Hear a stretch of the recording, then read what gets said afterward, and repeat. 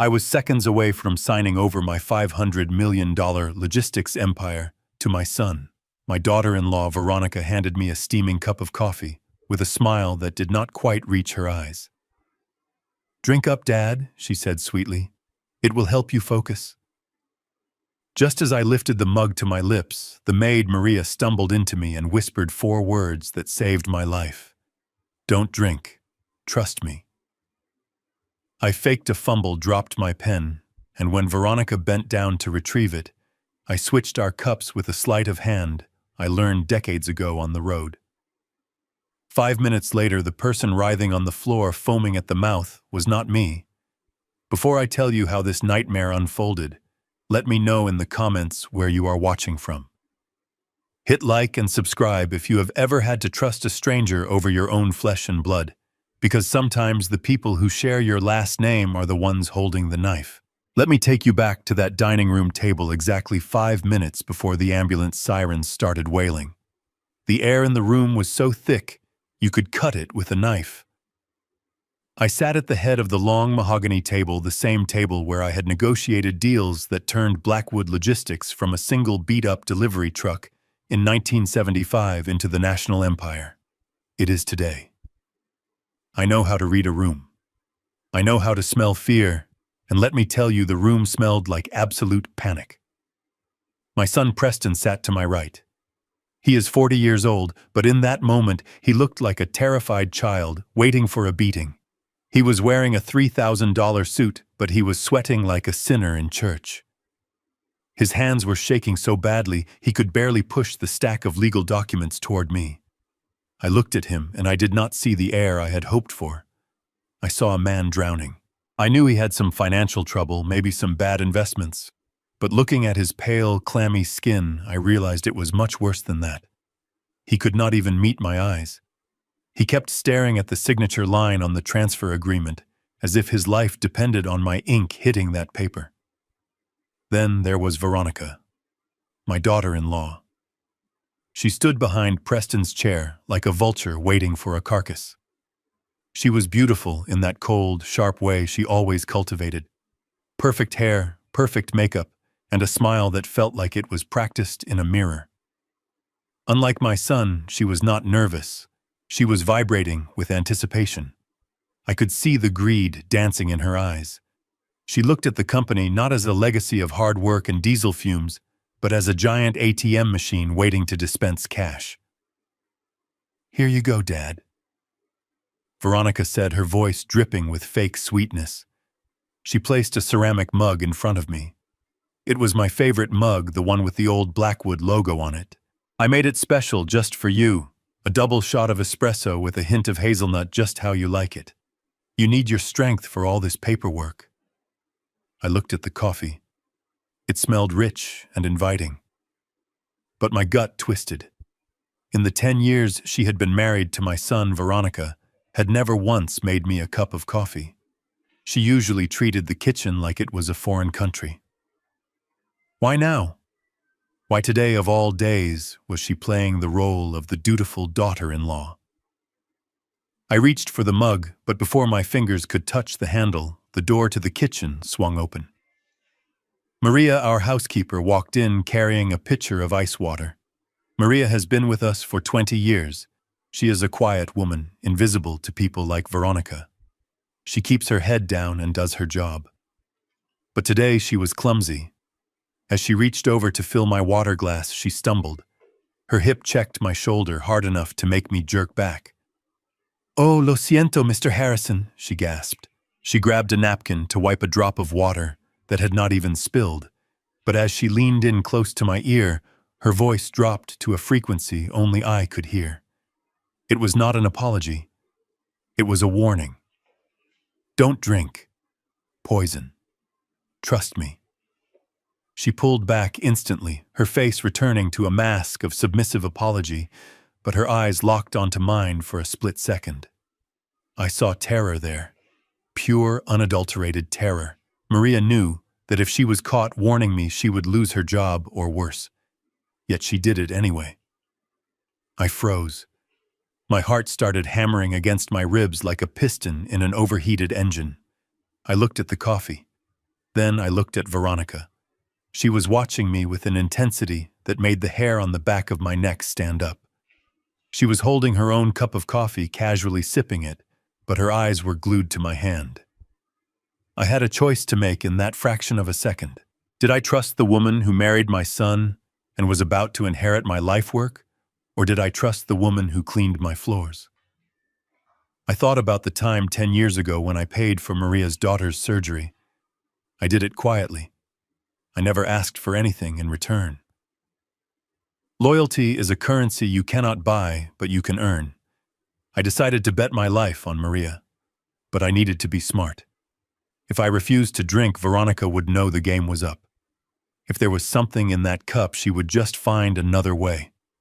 I needed to know the truth, and I needed to turn the tables. I summoned every ounce of acting skill I had learned from 50 years of poker-faced business negotiations. I let my hand tremble just a bit, playing into their narrative that I was getting old and frail. I reached for the pen Preston was holding out to me, but I let my fingers fumble. The heavy metal pen clattered onto the hardwood floor and rolled under the table near Veronica's feet. "Oh, blast it," I muttered, my voice sounding weak and frustrated. My clumsy old hands. I saw a flash of annoyance cross Veronica's face, but she masked it quickly. She was so close to victory, she could taste it. She set her own coffee cup down on the table right next to mine to free her hands. "Let me get that for you, Dad," she said, bending down. This was it, the moment. I spent 30 years driving long-haul trucks. You develop reflexes on the road. You learn to react to a blown tire or a deer on the highway in a millisecond. My body moved before my brain could second-guess it. While Veronica's head was under the table and Preston was busy wiping the sweat from his forehead with a handkerchief, I reached out. My hand moved like a striking cobra. I grabbed my cup and switched it with hers. They were identical mugs, part of a set. I slid her cup in front of me and placed the tainted cup exactly where hers had been. It took less than a second. By the time Veronica straightened up holding the pen, I was sitting back in my chair looking confused and harmless. "Here you are," she said, placing the pen in my hand. "Now drink your coffee while it is hot. We want you sharp for the signatures." "Thank you, dear," I said. I lifted the cup. This was the point of no return. If Maria was wrong, I was just being a paranoid old man. If Maria was right, I was about to watch something horrific. I took a sip. It was good coffee. Just coffee. I watched Veronica over the rim of my mug. She picked up the cup that was now sitting in front of her. The cup that Maria said was poison. She raised it in a mock toast. "To the future of Blackwood Logistics," she said, smiling at Preston. "To the future," I echoed. She took a long, deep swallow. She practically drained half the cup. She was confident. She was arrogant. She thought she had won. I put the pen to the paper, pretending to read the fine print. I needed to stall. I needed to see what would happen. 1 minute passed. The room was silent except for the ticking of the grandfather clock in the corner. "Is something wrong, Dad?" Preston asked, his voice cracking. "Just sign it. I am reading, son. You taught me to always read the fine print, remember?" 2 minutes passed. Veronica started to fidget. She touched her forehead. She blinked rapidly as if her vision was blurring. "Are you okay, honey?" Preston asked, looking at her. "I feel a little dizzy," she mumbled, swaying slightly in her heels. "It must be the heat. It is hot in here, isn't it?" She reached for the table to steady herself, but her hand missed the edge. She stumbled back. Her face went from a healthy flush to a ghostly pale in seconds. Veronica Preston stood up, knocking his chair over. Suddenly, Veronica gasped. It was a horrible, wet sound, like she was trying to inhale underwater. Her eyes rolled back into her head, showing only the whites. She convulsed violently and crashed to the floor. Her head hit the glass base of the side table with a sickening crack. Veronica Preston screamed. I sat there, frozen in my chair, clutching the pen. My God, Maria was right. It was happening fast. Too fast. Veronica's body arched off the floor, foam white and pink with blood started bubbling from her lips. Her limbs were thrashing uncontrollably. "Call 911, Preston yelled at me, his eyes wide with horror. "Dad, do something." I stood up slowly.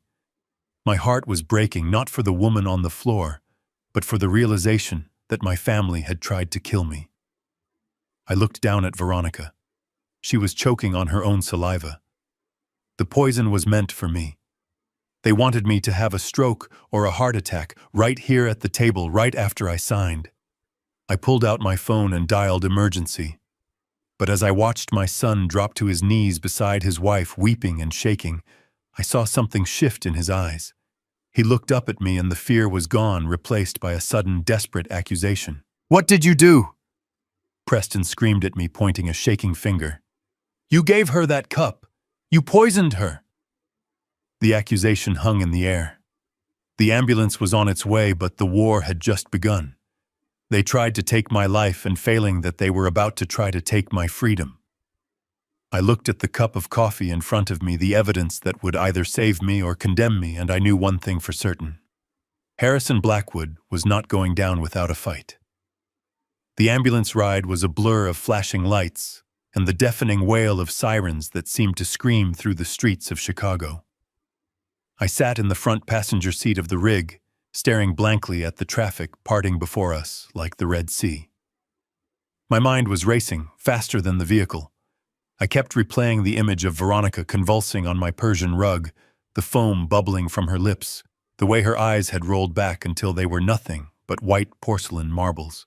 It was a sight that would haunt a weaker man, but I forced myself to look at it in my memory, to analyze it, to understand the weapon that had been intended for me. When we arrived at City General, the paramedics wheeled the stretcher out with frantic efficiency, shouting medical jargon that sounded like a foreign language. Preston had followed in his Porsche, and he was already there waiting by the emergency bay doors. He looked like a man possessed. His tie was loosened, his hair wild, and sweat was streaming down his face. As soon as my boots hit the pavement, he lunged at me. "You did this!" he screamed, his voice cracking with a hysteria that drew the attention of every nurse, orderly, and police officer in the vicinity. He pointed a shaking finger directly between my eyes. "What did you give her, Dad? What was in that cup?" I stood my ground, leaning slightly on my cane, not because I needed it, but because it made me look harmless. I watched my son closely. I have negotiated with union leaders, mobsters, and hostile takeover sharks. I know when someone is genuinely grieving, and I know when someone is performing. Preston was performing. He was terrified, yes, but not for his wife. He was terrified of the narrative. He needed to control the story before the police started asking real questions. Officer Miller, a young cop who looked like he had barely started shaving, stepped between us. "Sir, please calm down. Let the doctors work." Preston ignored him. He grabbed the lapels of my jacket, shaking me. "You are confused, aren't you? You have been mixing up your medications for weeks. I told you, Veronica. I told you we needed to watch him. He must have put his heart pills in her coffee. Oh God, she is going to die because he can't tell the difference between sugar and poison." The accusation hung in the sterile air of the emergency room entrance like a toxic cloud. I saw the shift in the eyes of the police officer. A moment ago, he was looking at a family tragedy. Now he was looking at a senile old man who had become a danger to society. It was a brilliant pivot. If Veronica died, and I was blamed, it was manslaughter due to diminished capacity. Preston would get immediate power of attorney over my estate, and he would sell my company before Veronica's body was even cold. I lowered my head, playing the part they had written for me. I stammered, intentionally making my voice sound weak and tremulous. I don't know, son. I just made the coffee. I thought it was just coffee." Preston turned to the officer, tears streaming down his face. Oscar-worthy tears. "You see, officer, he doesn't know. His mind comes and goes. We were trying to get him to sign over the company today, just to protect him from stress. And now this happens. It is my fault. I should have watched him closer. They ushered us into the waiting room. The fluorescent lights hummed with a headache-inducing frequency. I sat in a plastic chair watching Preston pace back and forth. He was on his phone whispering furiously. I knew who he was calling. The loan sharks. He had to tell them the money was delayed. Or maybe he was calling the corrupt lawyer Drake to expedite the guardianship papers. Time stretched. Every minute felt like an hour. Police officers came by to ask questions, but they spoke to me slowly and loudly, as if I were a child or hard of hearing. I answered vaguely, feeding their assumption that I was losing my grip on reality. It was the only defense I had. If I acted too sharp, too defensive, they would wonder why I switched the cups. They would wonder if I did it on purpose.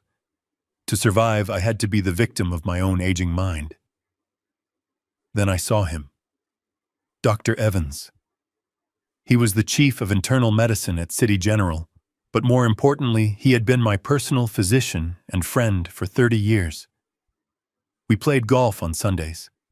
He knew my medical history better than I did. He walked into the waiting room looking grim.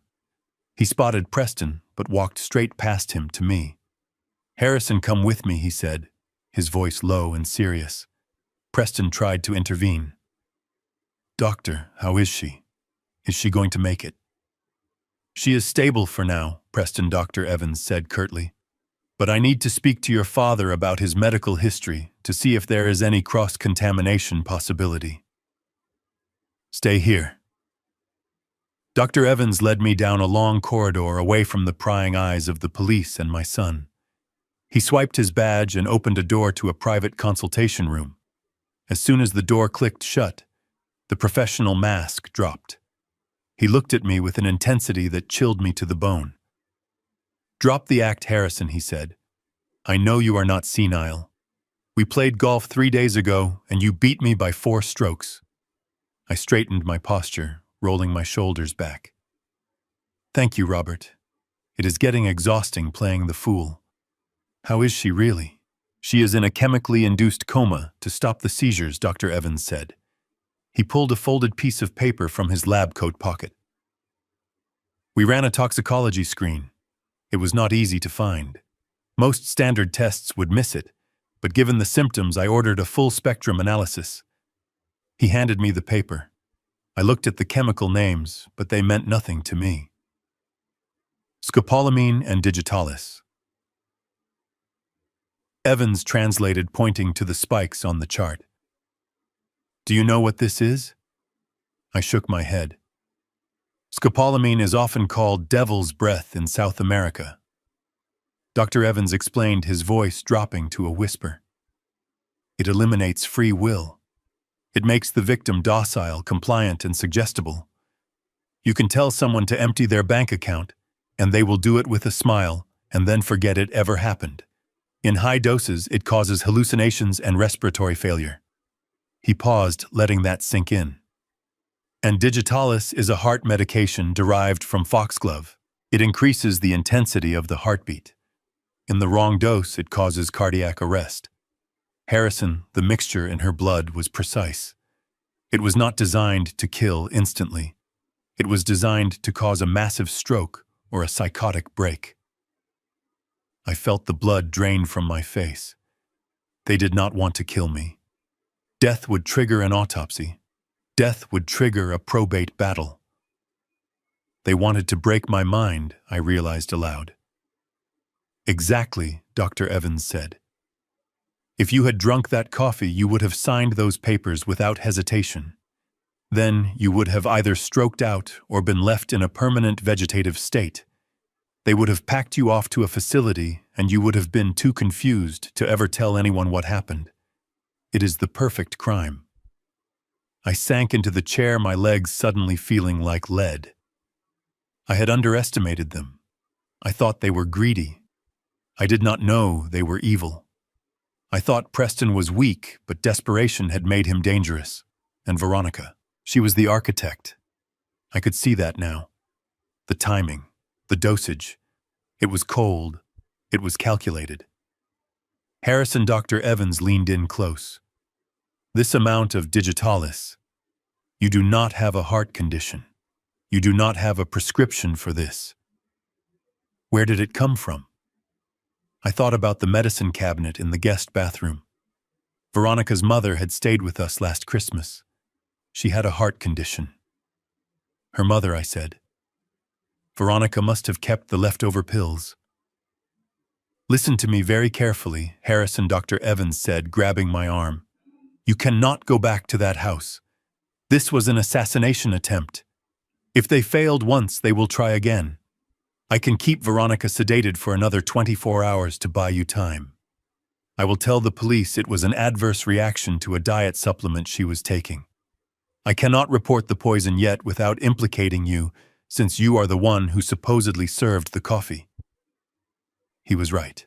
If the toxicology report came out now, Preston would scream that I poisoned her. I had no proof that she spiked the cup.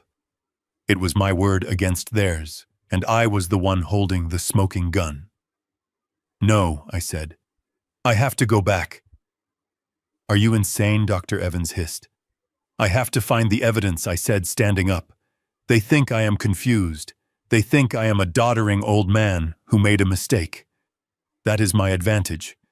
If I run now, they will know I am onto them. They will destroy the paper trail. They will burn the company to the ground before I can stop them. I need to find the plan. I need to find the leverage. Dr. Evans looked at me for a long moment, then nodded. You are a stubborn old mule, Harrison. You always have been. I need you to do one thing for me, Robert, I said. Keep her asleep, as long as you can. And tell the police that my stress levels are dangerously high. Tell them I need to be monitored at home, but that I am harmless. Buy me a day. Just one day. I can do that, he agreed. But watch your back, Harrison. The next cup of coffee might be a bullet. I walked out of that room and back into the hallway. I adjusted my jacket and stooped my shoulders again, transforming back into the confused geriatric. I walked back toward the waiting room where my son was plotting my destruction. I looked at him, and for the first time in 40 years, I did not feel love. I did not feel disappointment. I felt nothing but the cold, hard resolve of a businessman closing a failing division. They wanted a war. They wanted to take my empire. They were about to learn that you do not hunt the predator in his own jungle. I took a deep breath and stepped back into the light, ready to play the game. The fluorescent lights of the recovery room hummed with a low, maddening buzz that seemed to drill directly into my skull. I sat in the corner on a hard plastic chair, my hands resting on the head of my cane, trying to look small, trying to look harmless. Dr. Evans stood near the door, his arms crossed his face, a mask of professional neutrality, but I could see the tension in his jaw. Preston was hovering over the hospital bed, holding Veronica's limp hand, performing the role of the devoted husband for an audience of one young police officer. Officer Miller was taking notes in a small pad, his brow furrowed in concentration. The room smelled of antiseptic and lies. We were waiting for the sleeping beauty to wake up. Or rather, we were waiting for the viper to uncoil. It happened slowly at first. The rhythm of the heart monitor quickened, beep, beep, beep, speeding up like a ticking bomb. Veronica's eyelids fluttered. A low moan escaped her lips. It was a sound of genuine pain, and for a fleeting second I felt a pang of guilt. But then I remembered the cold calculation in her eyes when she handed me that cup, and the guilt evaporated like mist in the morning sun. She opened her eyes. They were bloodshot, unfocused, swimming in a haze of drugs. She looked at the ceiling, then at Preston, and finally her gaze landed on me. For a moment, there was nothing but confusion. She blinked, trying to clear the fog. Then memory returned. I saw it happen in real time. The confusion sharpened into clarity, and the clarity hardened into a diamond-hard realization. She looked at me, and she knew. She knew I had switched the cups. She knew I had watched her drink her own poison. And she knew that if she accused me of poisoning her, she would have to explain why there was a lethal cocktail of heart medication and mind control drugs in a cup of coffee she prepared. I held her gaze, my face expressionless. It was a silent duel fought across the sterile expanse of a hospital room. Checkmate, Veronica, I thought. You cannot call the police because you are the criminal. But I had underestimated her ability to improvise. I had underestimated the sheer depth of her malice. Veronica let out a sob. It was a weak, broken sound that immediately drew everyone's sympathy. She squeezed Preston's hand. "Water," she rasped. Preston scrambled to hold a cup with a straw to her lips. She took a small sip and then let her head fall back against the pillow, tears leaking from the corners of her eyes. She looked at Officer Miller, then she looked at me with an expression of heartbreaking forgiveness. "Oh, Dad," she whispered, her voice trembling. "You poor thing."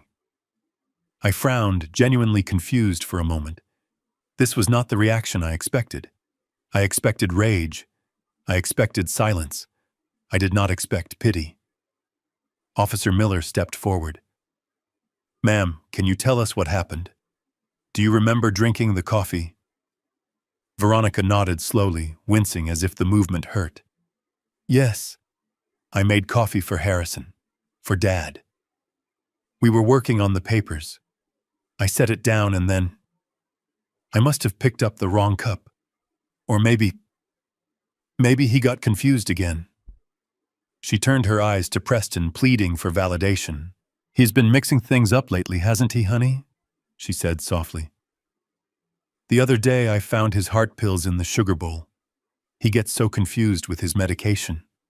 I think he might have accidentally dropped his pills in the coffee thinking it was his water.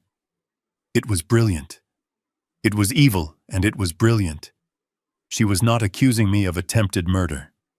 That would require motive and investigation. She was accusing me of being a senile old man who had made a tragic mistake. She was weaponizing my age against me. Preston did not miss a beat. He jumped on the narrative like a drowning man grabbing a life raft. He turned to the officer, his face contorted with feigned realization. "Oh my God. That makes sense. That makes perfect sense." Preston looked at me, shaking his head sadly. "Officer, my father. We have been trying to keep it private, but he has been struggling. Early onset dementia. He hides it well in public, but at home, he forgets where he is. He forgets who we are. He mixes up his medications all the time." He turned back to Veronica, stroking her hair. "He must have thought he was taking his medicine." Preston continued, his voice thick with fake emotion. "And he dropped it in your cup by mistake. And you drank it. Oh God, Veronica, he almost killed you, because I haven't been watching him closely enough." The room shifted. I could feel it physically. The dynamic changed from a potential crime scene investigation to a family tragedy. Officer Miller stopped looking at me with suspicion and started looking at me with pity. That terrible, condescending pity that society reserves for the useless elderly. "Mr. Blackwood," the officer said, speaking slowly and loudly. "Do you remember putting pills in the coffee?" I opened my mouth to deny it, to roar that I was sharper than all of them combined, but I stopped. I looked at Veronica. She was watching me through her lashes, a tiny triumphant smirk playing on her lips. She was daring me. If I argued, if I shouted, if I claimed conspiracy, I would look paranoid. I would look exactly like a dementia patient in denial. Agitation is a symptom, the doctors always say. The more I fought, the more I would prove their point. They had trapped me. If I told the truth that she poisoned me and I switched the cups, I would be admitting to knowingly causing her harm. I would be arrested for assault, or worse. But if I accepted their lie, I was admitting I was incompetent. I was admitting I needed a guardian. I looked at Dr. Evans. He gave a microscopic shake of his head. Wait. That was his message. Wait. I slumped my shoulders. I let my hand with the cane tremble visibly. I looked down at the floor, my voice barely a whisper. I I don't know, I was just... I wanted to sign the papers. I took my pills. I thought I took my pills. I looked up at Veronica, my eyes wide with manufactured fear. Did I hurt you, Veronica? I didn't mean to. I get so confused sometimes. The days, they run together. Veronica reached out a hand toward me, a gesture of saintly forgiveness that made me want to vomit. It is okay, Dad, she said. We know you didn't mean it. We know you aren't yourself anymore. That is why we need to take care of you. Preston put a hand on my shoulder, heavy and possessive. Officer, I think we can decline to press charges, Preston said solemnly. This was an accident. A medical accident caused by my father's condition. We will handle it internally. We just need to get him home and ensure he has 24-hour supervision. We can't let him handle his own medications anymore, or his own affairs. It is clearly too dangerous. Officer Miller nodded, closing his notebook. I understand, Mr. Blackwood. It is a difficult situation. My grandmother went through the same thing. If you are sure you don't want to file a report, I can clear this up. I am sure, Preston said. He is my father. We just want him safe. Safe. The word sounded like a prison sentence. They had done it. In 10 minutes, they had stripped me of my agency. They had turned the tables so completely that I was no longer the victim of an assassination attempt. I was a liability that needed to be managed. Dr. Evans stepped forward then. I will need to keep Veronica for observation overnight, he said firmly. And regarding Harrison, I agree that he shouldn't be left alone. However, given the stress of this event, I strongly recommend against moving him to a facility immediately. It could trigger a psychotic break. Let him go home. Let him rest in his own bed. I will arrange for a private nurse to monitor him tonight. Preston narrowed his eyes. He wanted to isolate me immediately. He wanted me in a locked room where I couldn't talk to lawyers or bankers, but he couldn't argue with the chief of medicine in front of a cop. Fine, Preston agreed. But I will hire the nurse, and I will be staying at the house tonight. To make sure he doesn't have another accident. Veronica smiled weakly from the bed. Thank you, Preston. Take care of Dad. Make sure he signs those papers tomorrow. We can't let the business suffer just because he is fading away. I looked at her one last time. She had won the battle. She had turned her own poisoning into a weapon to strip me of my rights. She thought she had broken me. She thought I was going to go home and fade away into the twilight of senility she had painted for me. I shuffled toward the door, leaning heavily on my cane, letting Preston guide me by the elbow like a toddler. Come on, Dad, Preston said, his voice dripping with condescension. Let's get you home. You have had a big day. I walked out of that hospital room, leaving the Viper in her bed. My head was bowed, my steps were shuffling, but inside my mind was sharp, cold, and clear as a winter morning. They thought they were taking a confused old man home. They were wrong. They were bringing a Trojan horse into their fortress. I had played the fool to buy my freedom. Now I had 12 hours. 12 hours before the sun rose. 12 hours to find the proof to break the trap, and to remind my son that the lion is most dangerous when it is wounded and backed into a corner. The game had changed. It was no longer about business. It was about survival. And I intended to survive. The ride back to my estate was a funeral procession of one. I sat in the back of Preston's car, watching the iron gates of Blackwood Manor swing open, not to welcome the master of the house, but to imprison him. The house I had built brick by brick, with the profits of my first major fleet expansion, now loomed over me like a Gothic mausoleum. Preston did not park in the garage. He pulled right up to the front steps where a man was waiting. He was built like a vending machine, with a neck as thick as a tree stump, and eyes that looked like they had seen everything and felt nothing. He wore scrubs that were 2 sizes too tight, but I knew a bouncer when I saw one. This was not a medical professional. This was muscle. "Dad, this is Greg," Preston said, parking the car. "He is a specialized geriatric nurse. He is going to stay with you tonight just to monitor your vitals and make sure you don't get confused again." I looked at Greg. His knuckles were scarred. I doubted he knew how to take a pulse, but I was certain he knew how to break a wrist. "Nice to meet you, Mr. Blackwood," Greg grunted. His voice sounded like gravel in a blender. I leaned heavily on my cane, playing my part. "Hello, young man. Are you here to help me with my pills?" "Something like that," Greg said. They marched me up the stairs to my master suite. It was humiliating. My son held my left elbow, and this stranger held my right as if I were a toddler learning to walk. They ushered me into my bedroom, the room where I had slept alone since my wife Eleanor passed 5 years ago. "Get some rest, Dad," Preston said, backing toward the door. "Greg will be right outside in the hall. If you need anything at all, you just knock. Do not try to go downstairs. We don't want you falling." The door clicked shut. I heard the distinct heavy thud of a chair being placed against the wood on the other side. I was a prisoner in my own castle. I waited until I heard Preston's footsteps fade down the hallway. I walked to the window. It was a 20-foot drop to the patio. No escape there. I checked my cell phone. No signal. They must have installed a jammer or cut the router. I was cut off from the world. But Preston had forgotten one thing. He grew up in this house, but I designed it. I knew its secrets.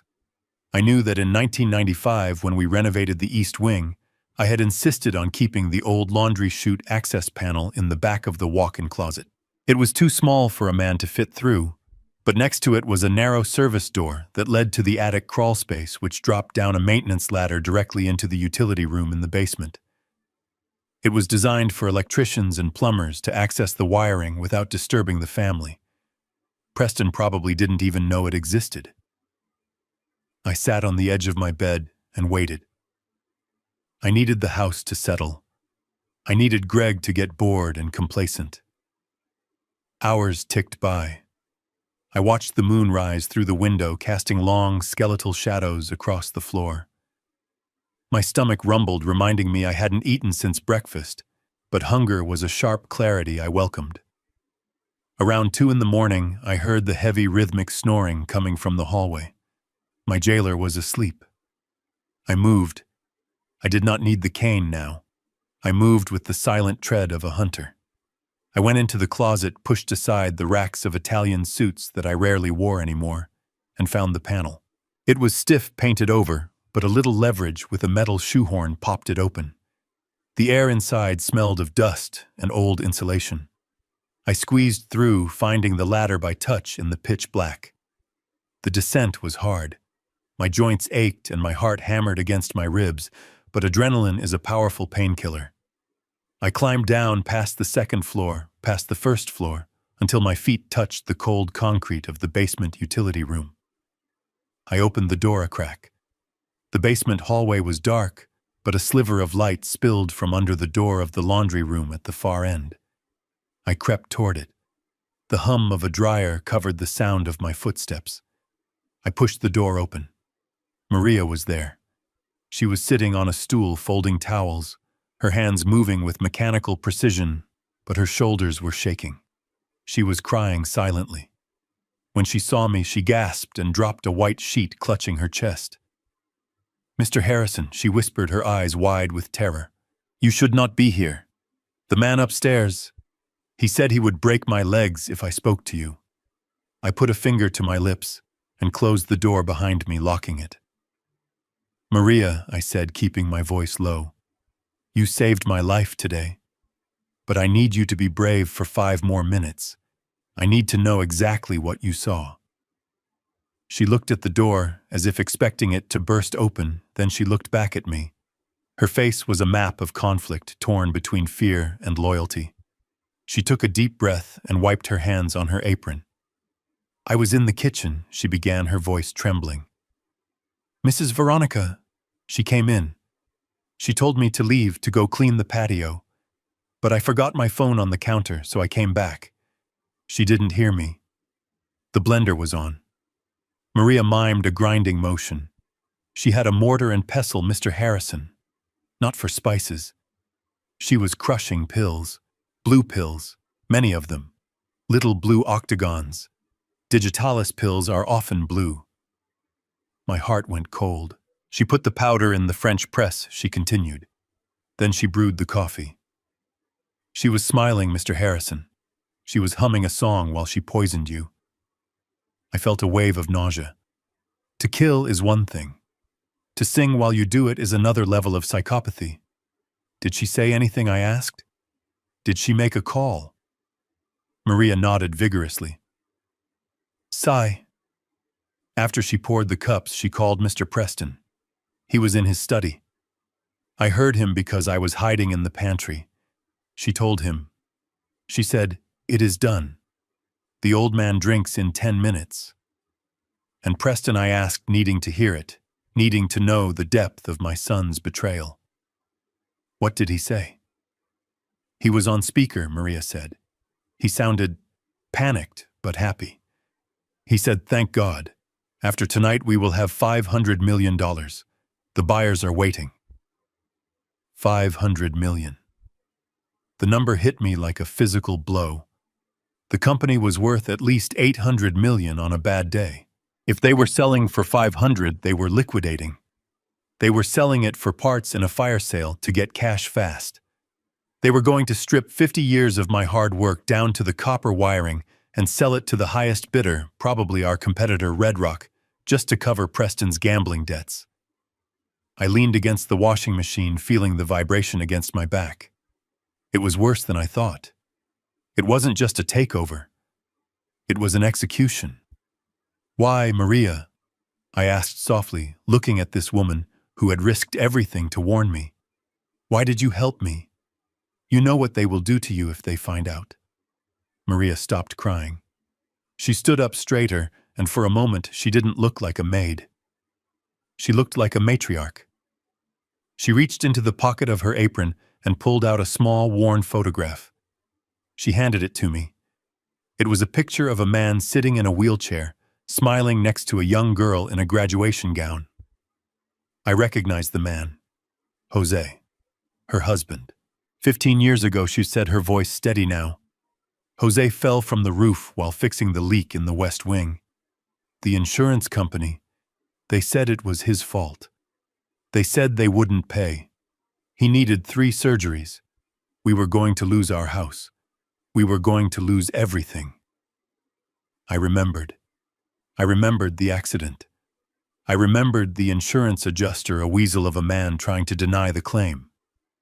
You came to the hospital. Maria said, tears welling up again, but this time they were tears of gratitude. You didn't send a lawyer. You didn't send an assistant. You came. You gave the hospital a check for the full amount. You paid for his rehab.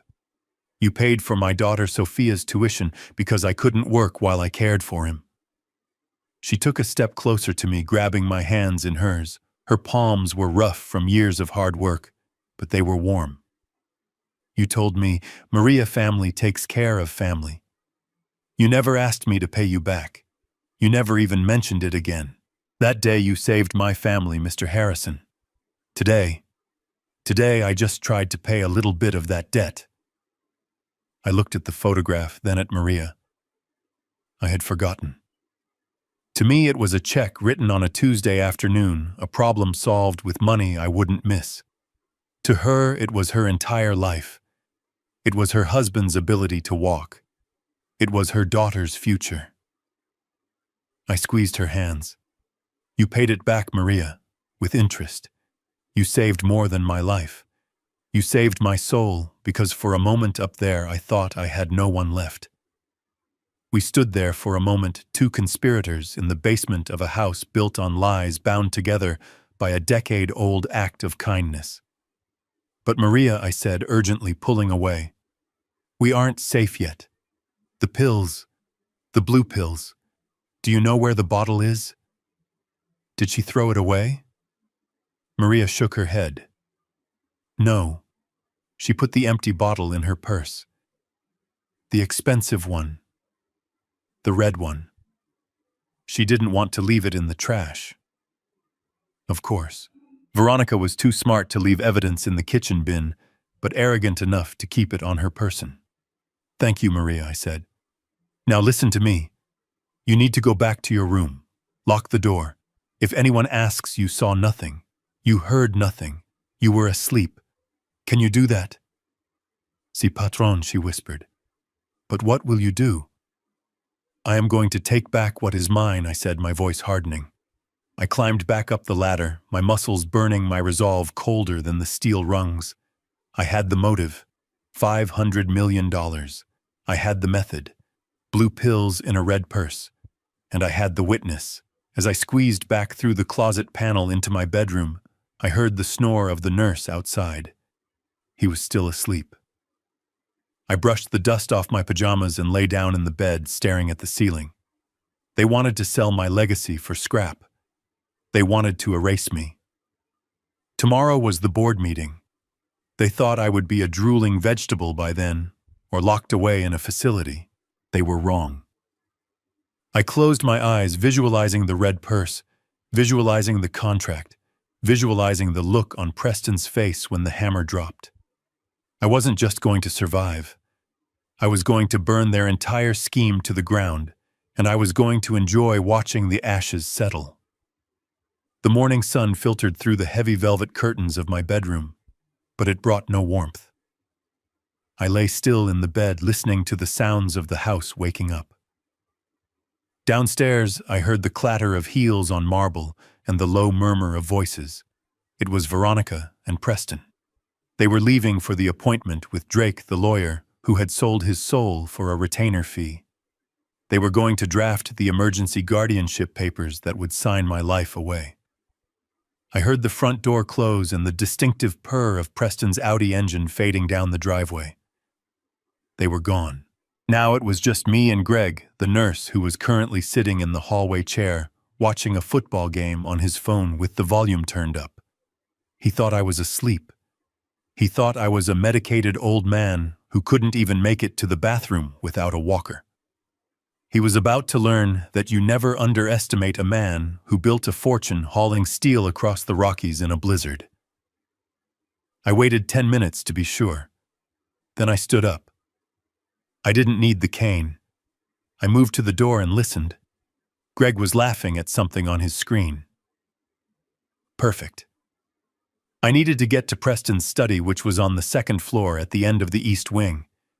It was far enough away that if I was quiet, Greg would never hear me.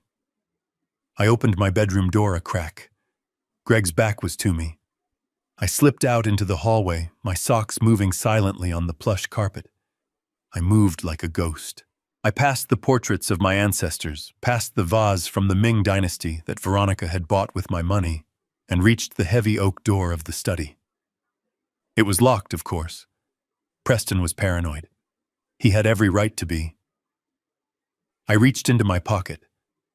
I had snagged a stiff piece of wire from a spiral notebook in the nightstand drawer. It wasn't a professional lockpick, but I spent 20 years fixing engines and rigging latches on the road. A simple interior door lock was a joke to me. I knelt down my knees, protesting, with a sharp shot of pain, but I ignored it. I slid the wire into the keyhole, feeling for the tumblers. It took 3 seconds. Click. The handle turned. I slipped inside and locked the door behind me. The room smelled of stale scotch and cold sweat. It was a mess. Papers were strewn everywhere. The trash can was overflowing. This was not the office of a CEO. It was the bunker of a man under siege. I went straight to the painting behind the desk, a portrait of Preston receiving his MBA. I pulled it aside. There it was, the wall safe. It was a Titan model digital keypad, reinforced steel. Most people would look at it and see an impenetrable fortress. I looked at it and saw a machine I had purchased myself 5 years ago when I remodeled this office for him. I knew this safe. I knew that the Titan series from that year had a mechanical redundancy, a failsafe for when the batteries died. There was a magnetic solenoid inside that could be tripped if you knew exactly where to hit it. I didn't have a magnet, but I had physics. I grabbed a heavy brass letter opener from the desk. I pressed my ear against the cold steel of the safe door. I spun the handle, putting tension on the bolt. Then I struck the side of the safe hard right over the locking mechanism. Bam! I turned the handle.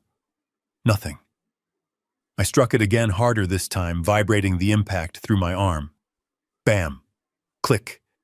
The handle gave way. The door swung open. I let out a breath I didn't know I was holding. I reached into the dark metal cavity. I expected to find stacks of cash, maybe jewelry, maybe even illegal drugs. What I found was much worse. It was empty of value but full of secrets. I pulled out a thick stack of papers bound with a rubber band. My hands were steady now, fueled by a cold, focused rage. I sat in Preston's leather chair and began to read. The first document was a promissory note. It wasn't from a bank. It was handwritten on heavy cream paper. The header simply said, "The Syndicate." I scanned the figures. My vision blurred for a second, and I had to blink to clear it. $15 million. Preston owed $15 million to an underground gambling ring. I looked at the dates. He had been borrowing for 3 years, trying to chase his losses, digging the hole deeper and deeper. The interest rate was astronomical. It was predatory. And then I saw the deadline. Payment due in full. Midnight. Tomorrow. My stomach churned. This was why he was sweating. This was why he was shaking. If he didn't pay them by tomorrow night, they wouldn't just break his legs. They would kill him. He was a dead man walking. I flipped to the next document. This one was typed. It was a draft contract stamped with the logo of Red Rock Corporation, our biggest and most ruthless competitor. I knew the CEO of Red Rock. He was a shark who had been trying to buy me out for a decade. I had always told him to go to hell. I read the terms. It was an asset purchase agreement. They were buying Blackwood Logistics, the fleet, the warehouses, the contracts, the brand, everything. I looked at the purchase price, $450 million. I gasped aloud. The company was worth $800 million conservatively, $1 billion in the right market. Preston was selling my life's work for 50 cents on the dollar. He was liquidating a $1 billion empire just to get a quick cash infusion to pay off a gambling debt. He was going to take the $450 million pay, the $15 million to the mob, and likely squander the rest with Veronica within a few years. They were burning down the castle just to warm their hands. I dropped the papers on the desk. I felt sick, physically ill. I leaned back in the chair and closed my eyes. I remembered teaching Preston to ride a bike. I remembered his graduation. I remembered the day I gave him his first office. I had been so proud. I thought I was raising a king. Instead, I had raised a parasite. It wasn't fear that made me tremble. It was a profound, agonizing grief. The boy I loved was gone. In his place was a desperate, cornered animal who was willing to drug his own father and sell his family legacy to save his own skin. I looked at the date on the Red Rock contract. It was dated for tomorrow. The meeting was set for 2 in the afternoon. That was their endgame. They would get the guardianship papers in the morning, force the sale in the afternoon, and wire the money to the mob by midnight. It was a tight timeline, a desperate timeline. And Veronica knew. She had to know. The notes in the margins were in her handwriting. Push for cash closing, she had written. No stock options. She was orchestrating the fire sale. I stood up. My knees felt weak, but my resolve was hardening into something unbreakable.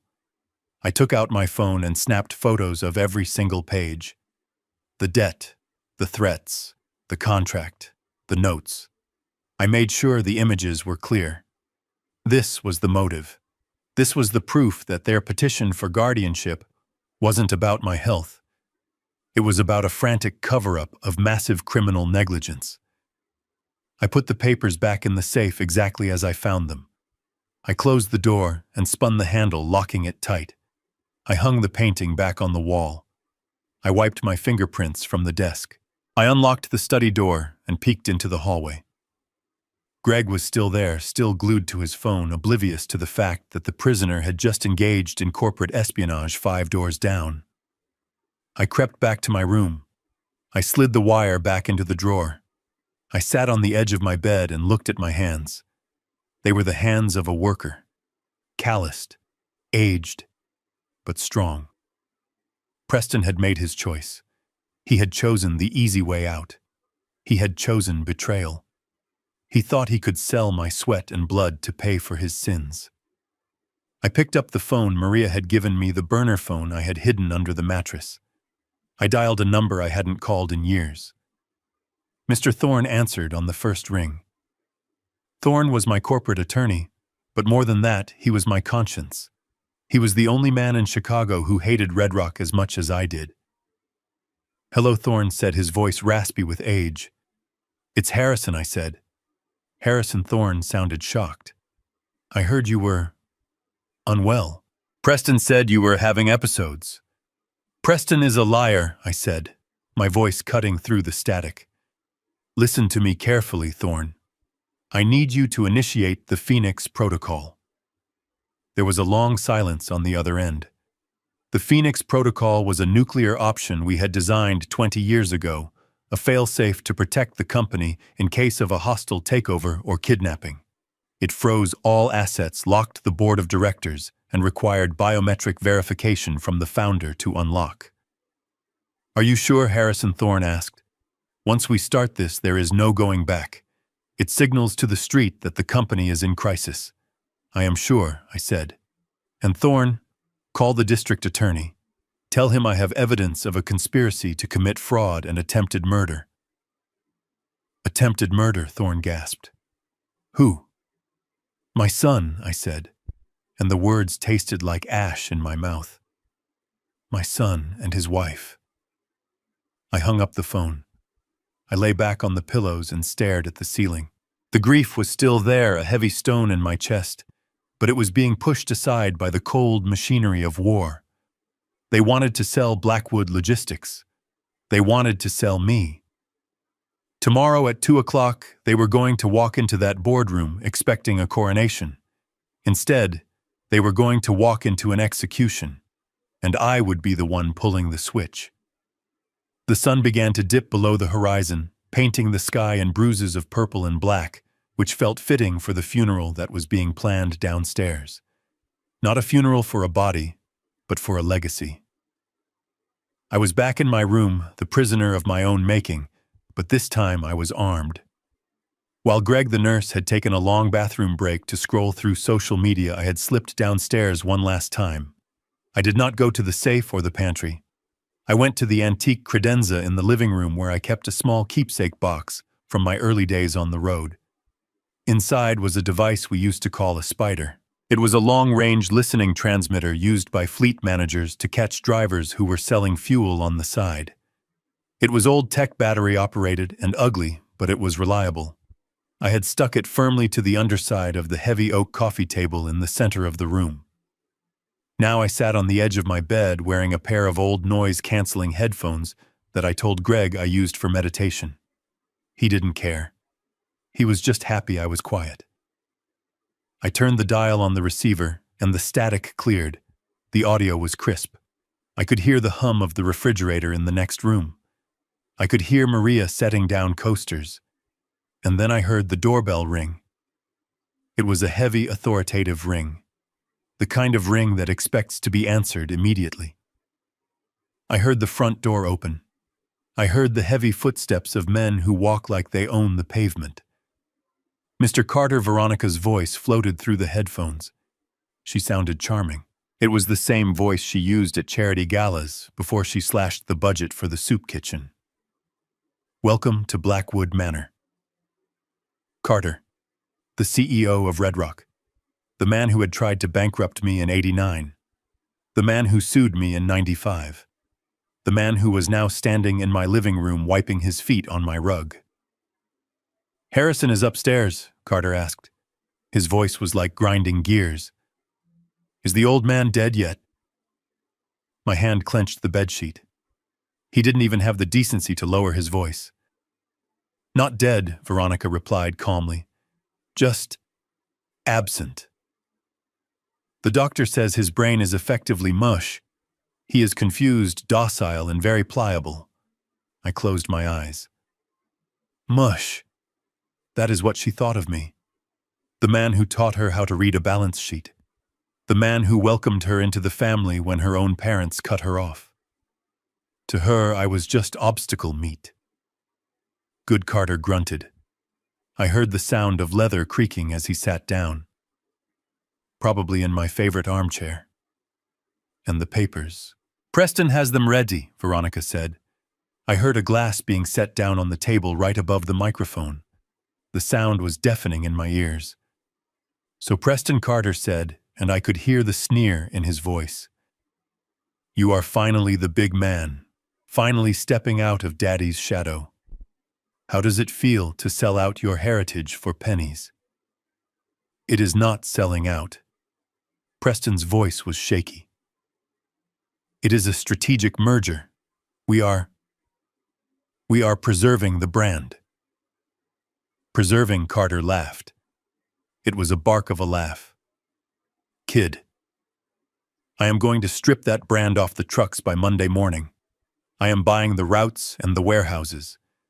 The name Blackwood goes in the trash where it belongs." There was a silence.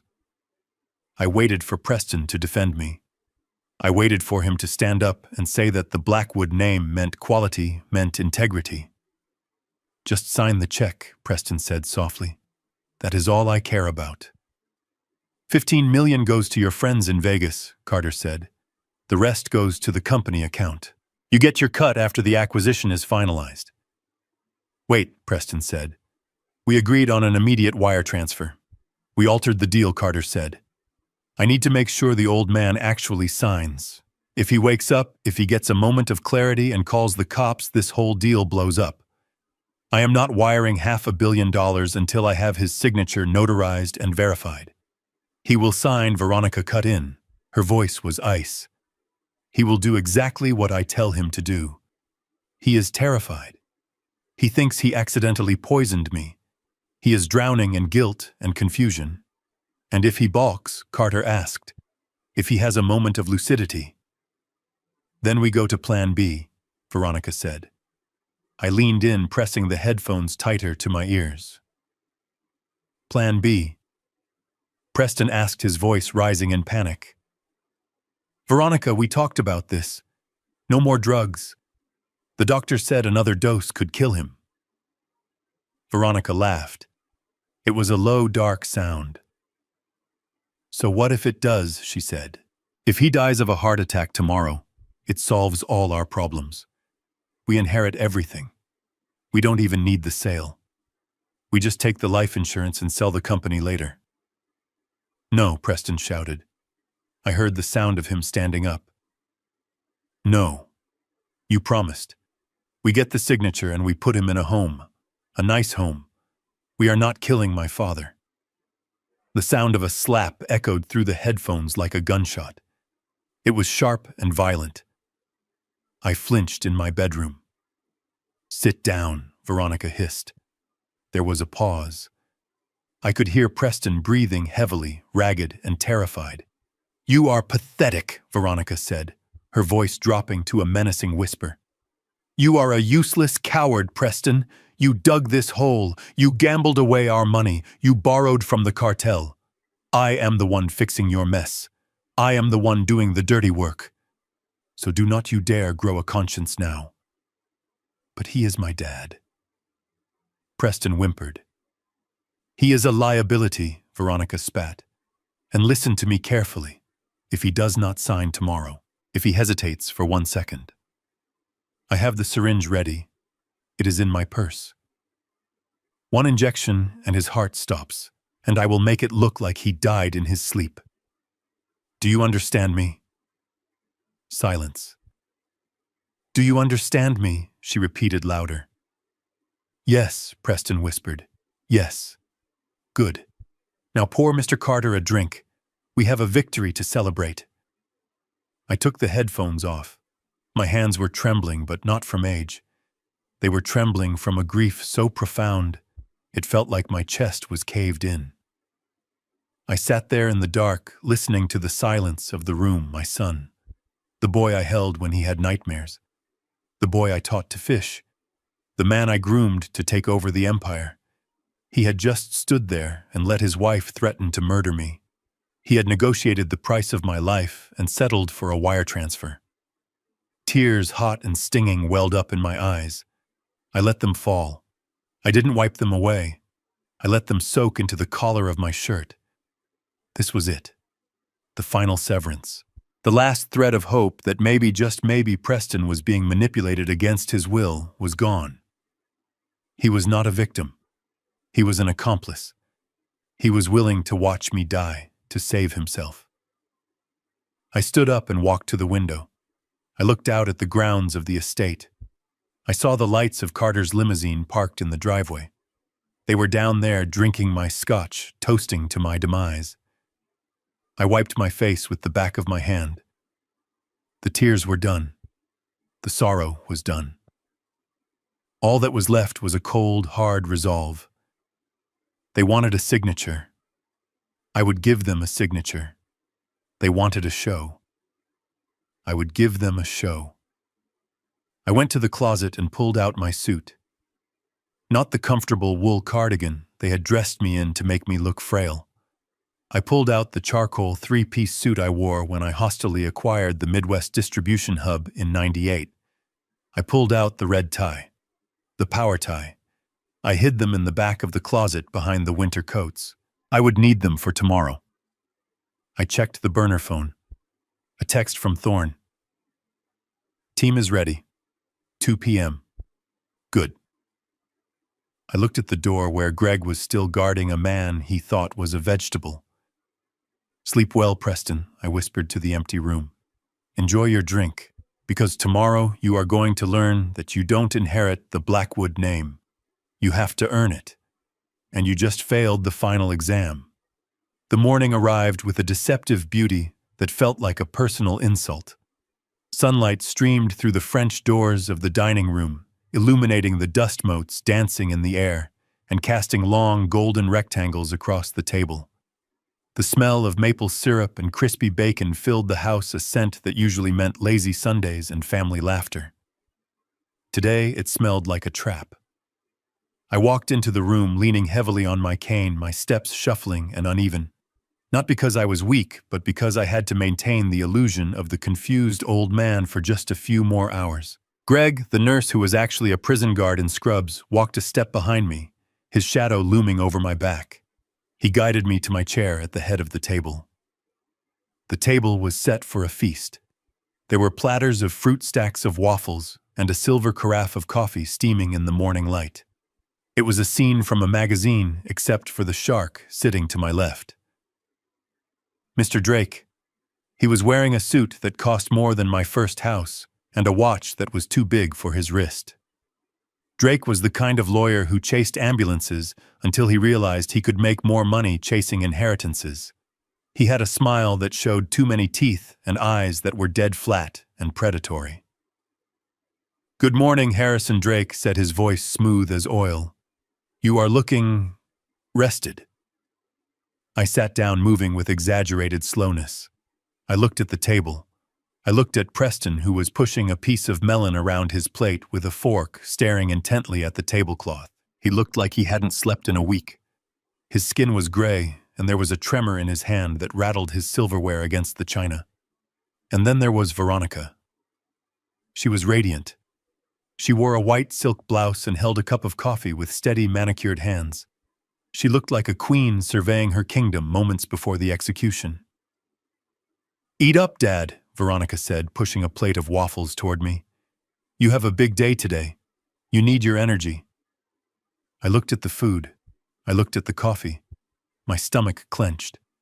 I wondered if the syrup was laced with arsenic, or if the butter was mixed with sedatives.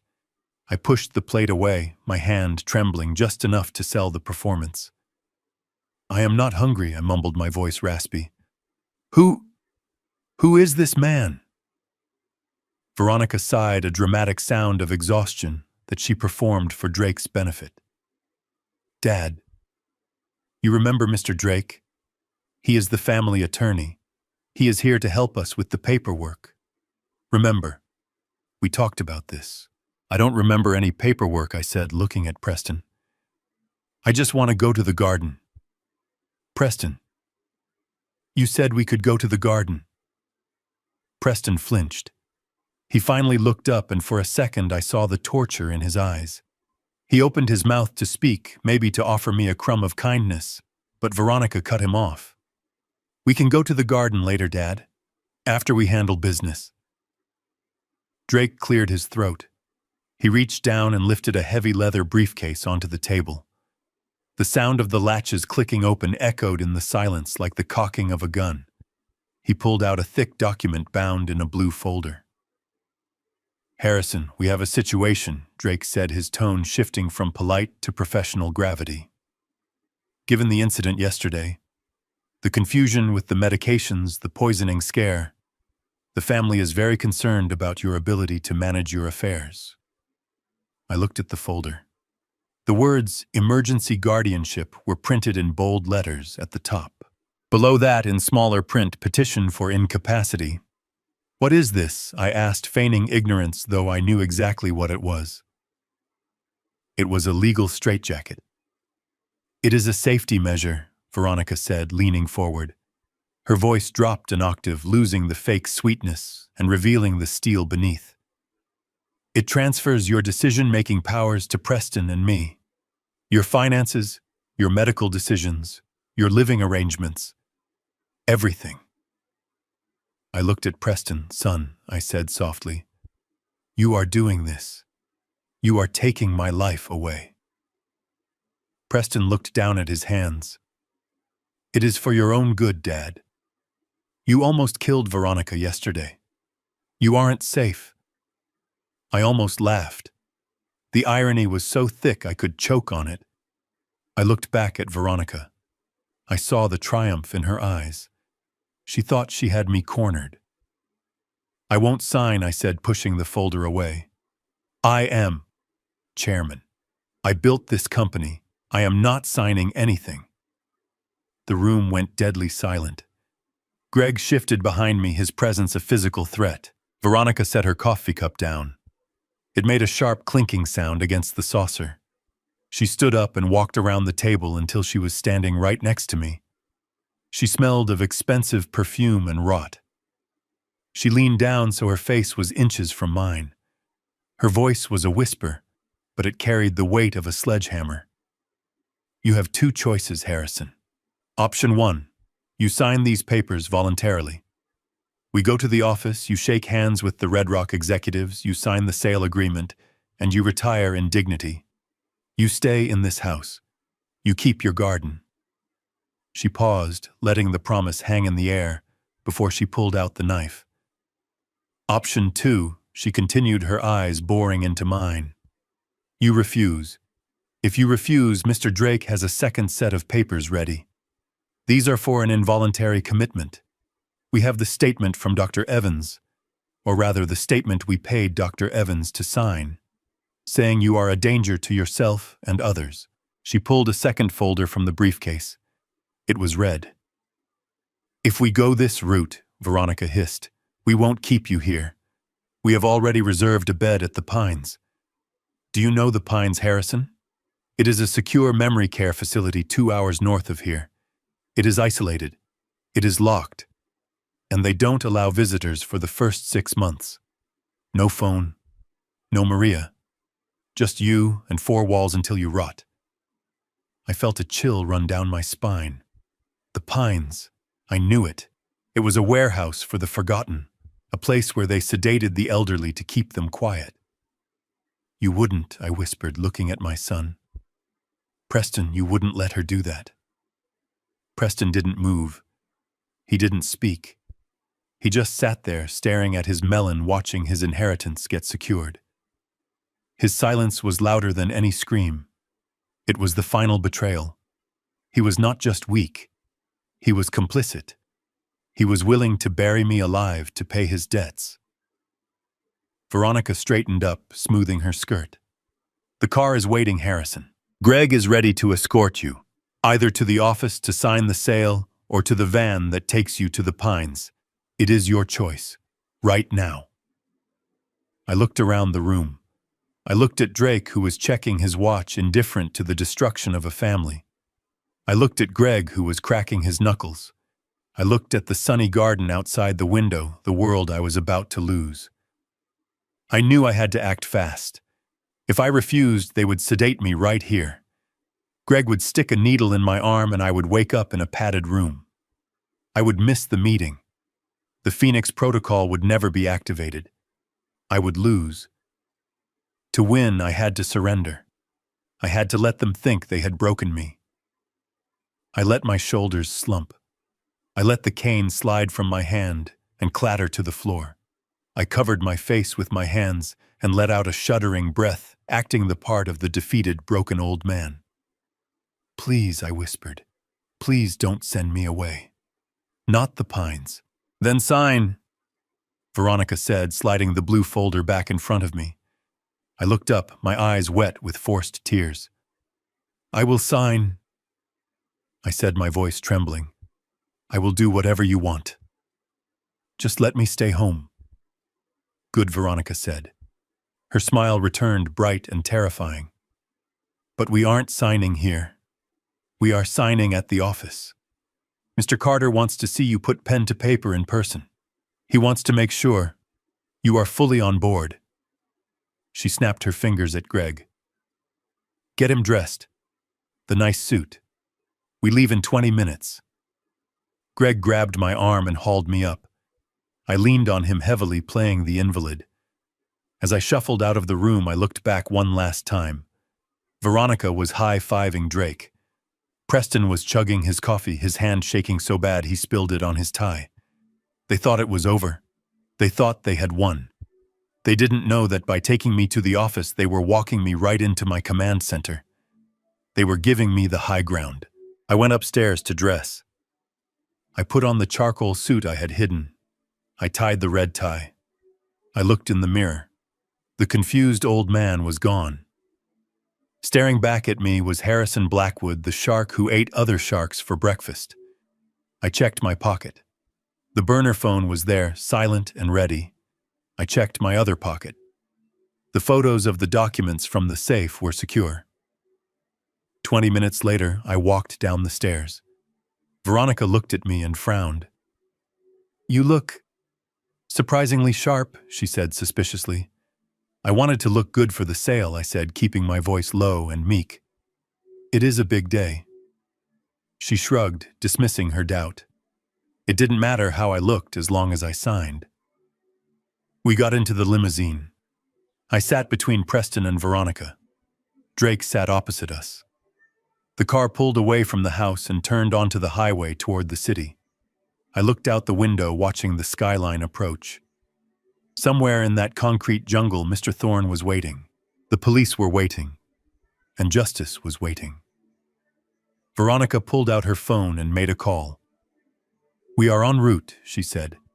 Have the champagne ready. Yes, he is cooperating. It is done. She hung up and patted my knee. Don't worry, Dad. This will be quick. Just a few signatures and you can come back home and take a nap. You won't have to worry about running the business ever again. I nodded, staring straight ahead. You are right, Veronica, I said softly. I won't have to worry about a thing.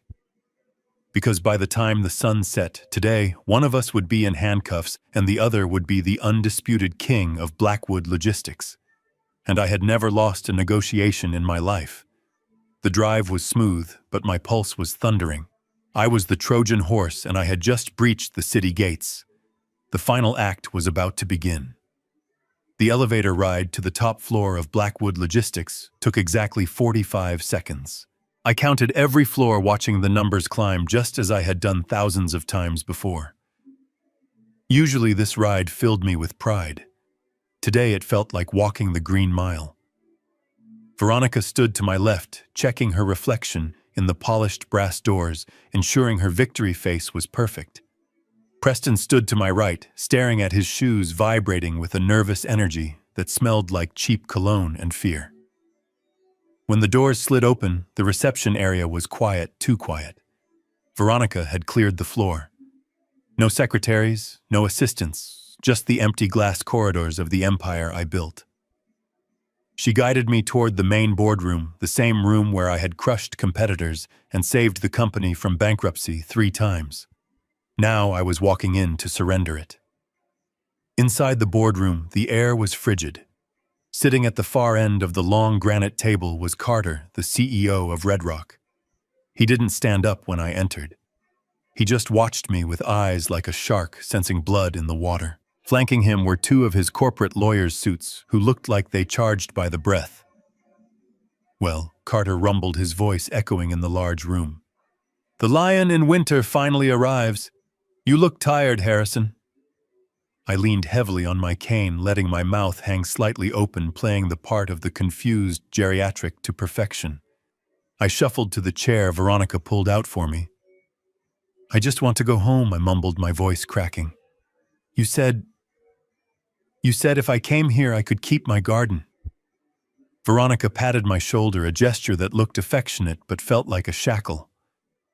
"Of course, Dad," she said soothingly. "Just sign the papers and you can go back to your roses. We promise." Drake, the traitorous lawyer, slid the thick stack of documents across the table. It was the asset purchase agreement, the death warrant for Blackwood Logistics. "Sign on the tabbed pages," Harrison Drake said, clicking a heavy fountain pen and holding it out to me. I looked at the pen. It was a Mont Blanc. Expensive. Heavy. I looked at Preston. He was sitting across from me, wringing his hands. "Son," I whispered, "please, don't make me do this. I built this for you." Preston looked away, his face pale. "Just sign it, Dad. It is better this way." I looked at Carter. He was grinning, a predatory grin that showed all his teeth. "Go on, old man," he sneered. "Put us all out of our misery." I reached out with my right hand. My hand trembled violently. I made sure it was theatrical enough to be noticed, but realistic enough to be believed. The pen rattled against the paper. I tried to bring the nib down to the signature line, but I jerked my hand back, dropping the pen. I can't," I stammered, clutching my right wrist. "My arm. It feels numb." "The stroke." Veronica's eyes widened. She hissed at Preston. "I told you the drugs were too strong." She leaned down, whispering in my ear. "Dad, you have to sign. Use your other hand. Just make a mark. Anything." This was the moment, the pivot point. They were so desperate for the ink on the page that they forgot the rules of the game. They forgot who they were dealing with. I looked up at her, my eyes wet with fake tears. Can I use my left hand?" I asked pitifully. "Yes," Carter barked from the end of the table, impatient. "Just put your name on the damn line, Harrison. I don't care if you hold the pen with your teeth." I picked up the pen with my left hand. I am right-handed. I have been right-handed for 72 years. My right-hand signature is a thing of beauty, a sharp, aggressive scrawl that is known across the industry. But today my right hand hung limp and useless at my side. I gripped the pen awkwardly in my left fist like a child learning to write. I pressed the nib to the paper. I, Harrison Blackwood. I wrote slowly, deliberately, making the letters jagged and uneven. It looked like the writing of a broken man. It looked like the signature of someone whose mind had finally snapped. Veronica watched the tip of the pen like a hawk. As I finished the last loop of the D, She let out a breath she had been holding. She snatched the paper away before the ink was even dry. "Done," she announced triumphantly, sliding the document down to Carter. Carter looked at the signature. He laughed, a deep, booming sound of victory. "Ugly as sin," he said, "but it clears the bank." "Congratulations, Harrison. You just sold your soul." I slumped back in my chair, letting my head drop to my chest, hiding the smile that threatened to break through my facade. They didn't know. None of them knew. In 1985, when I took the company public, I wrote the corporate bylaws myself. I was paranoid back then. I was afraid of coercion, afraid of being kidnapped and forced to sign over my assets. So I buried a clause deep in Article 4, Section 12 of the company charter. It states clearly and irrevocably that for any transfer of majority ownership, the chairman's signature must be verified by a specific set of criteria. First, it must be signed with the registered dominant hand. For me, that is the right hand. Second, and more importantly, it must be witnessed and notarized by the chief legal officer of the corporation. Not an outside counsel like Drake, not a family member. The chief legal officer. My chief legal officer is Mr. Thorne, and Mr. Thorne was not in this room. By forcing me to sign with my left hand and by excluding Thorne, they had just presided over the creation of a worthless piece of paper. That contract wasn't a sale. It was evidence. It was proof of coercion, proof that I was under duress. Veronica was already pouring champagne. She handed a glass to Carter and another to Preston. To the new era, she toasted. To cash, Carter replied, clinking his glass against hers. They didn't offer me a glass. I was just the furniture now. The used-up resource. "Can I go home now?" I asked, my voice small.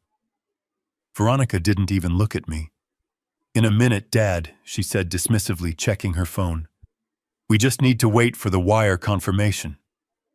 I sat there watching them celebrate their crime. I watched Preston down his champagne in one gulp, his hands finally steadying now that he thought he was safe from the mob. I watched Veronica preen, imagining herself the queen of society with her new fortune. They thought the signature was the end. They didn't realize it was the trigger. By signing that document, I had completed the crime. Until the pen hit the paper, it was just a conspiracy. Now it was fraud. Now it was theft. Now it was a felony. I checked my watch discreetly. 2:15. Thorne would be entering the lobby right about now. He would have the certified copy of the bylaws in his briefcase. He would have the biometric logs proving I was of sound mind. And he would have company. I looked at the jagged signature on the document sitting in front of Carter. It was the ugliest thing I had ever written, and yet to me it was the most beautiful. It was a trap snapped shut.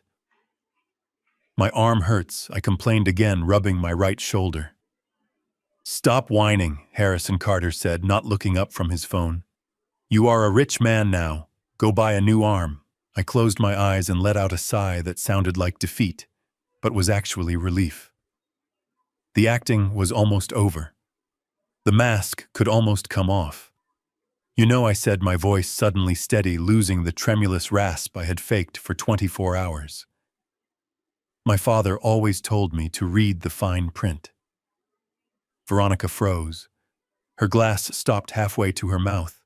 She turned slowly to look at me. The change in my tone registered instantly. "What did you say?" she asked. I sat up straight. I rolled my shoulders back, shedding the posture of the invalid. I picked up the cane, not to lean on it, but to hold it like a scepter. I said. I repeated, my voice booming with the authority of the chairman. "You should have read the bylaws, Veronica. Article 4, Section 12. Preston looked at me, his eyes widening in confusion. Dad Carter looked up, his shark eyes narrowing. "What is he talking about?" I smiled. A real cold smile. "I am talking about the fact that I am right-handed, you morons. And that piece of paper you are holding is worth less than the toilet paper in the executive washroom. Before they could react, before Veronica could scream or Carter could lunge, the heavy double doors of the boardroom burst open with a crash that shook the walls. The time for games was over. The phoenix had risen. The sound of the heavy deadbolt sliding into place echoed through the hallway like a gunshot sealing a coffin. They had moved me from my bedroom to the guest suite on the first floor, a room with reinforced windows and a heavy oak door that locked from the outside. Veronica had smiled as she took my cane away, leaving me unsteady on the plush carpet. She unplugged the landline phone and slipped it into her purse. She even took the remote for the television. Total isolation. That was her strategy. She wanted me to sit in silence and stew in my own fear until they returned victorious from the office, having stripped me of everything I owned. I listened to the sound of their departure. The front door slammed. The engine of the limousine roared to life, a deep guttural purr that faded down the long driveway. Then silence. A heavy, oppressive silence that would have broken a weaker man. But they had made a critical error. They assumed that because I was old, I was helpless. They assumed that because I built a logistics empire using computers and spreadsheets in my later years, that I had forgotten the gritty analog survival skills of my youth. I waited exactly 5 minutes to ensure they were gone. Then I moved. My limp vanished. My posture straightened. I did not need the cane. I needed a screwdriver, but a dime from my pocket would have to do. I dragged a heavy armchair over to the air conditioning vent located high on the wall near the ceiling. I climbed up, wincing as my arthritic knees protested, but ignoring the pain. Pain was just information. It told me I was still alive. I used the edge of the dime to unscrew the 4 painted screws holding the grate in place. It took effort. My fingers were stiff, but my resolve was iron. The grate came loose with a metallic clang.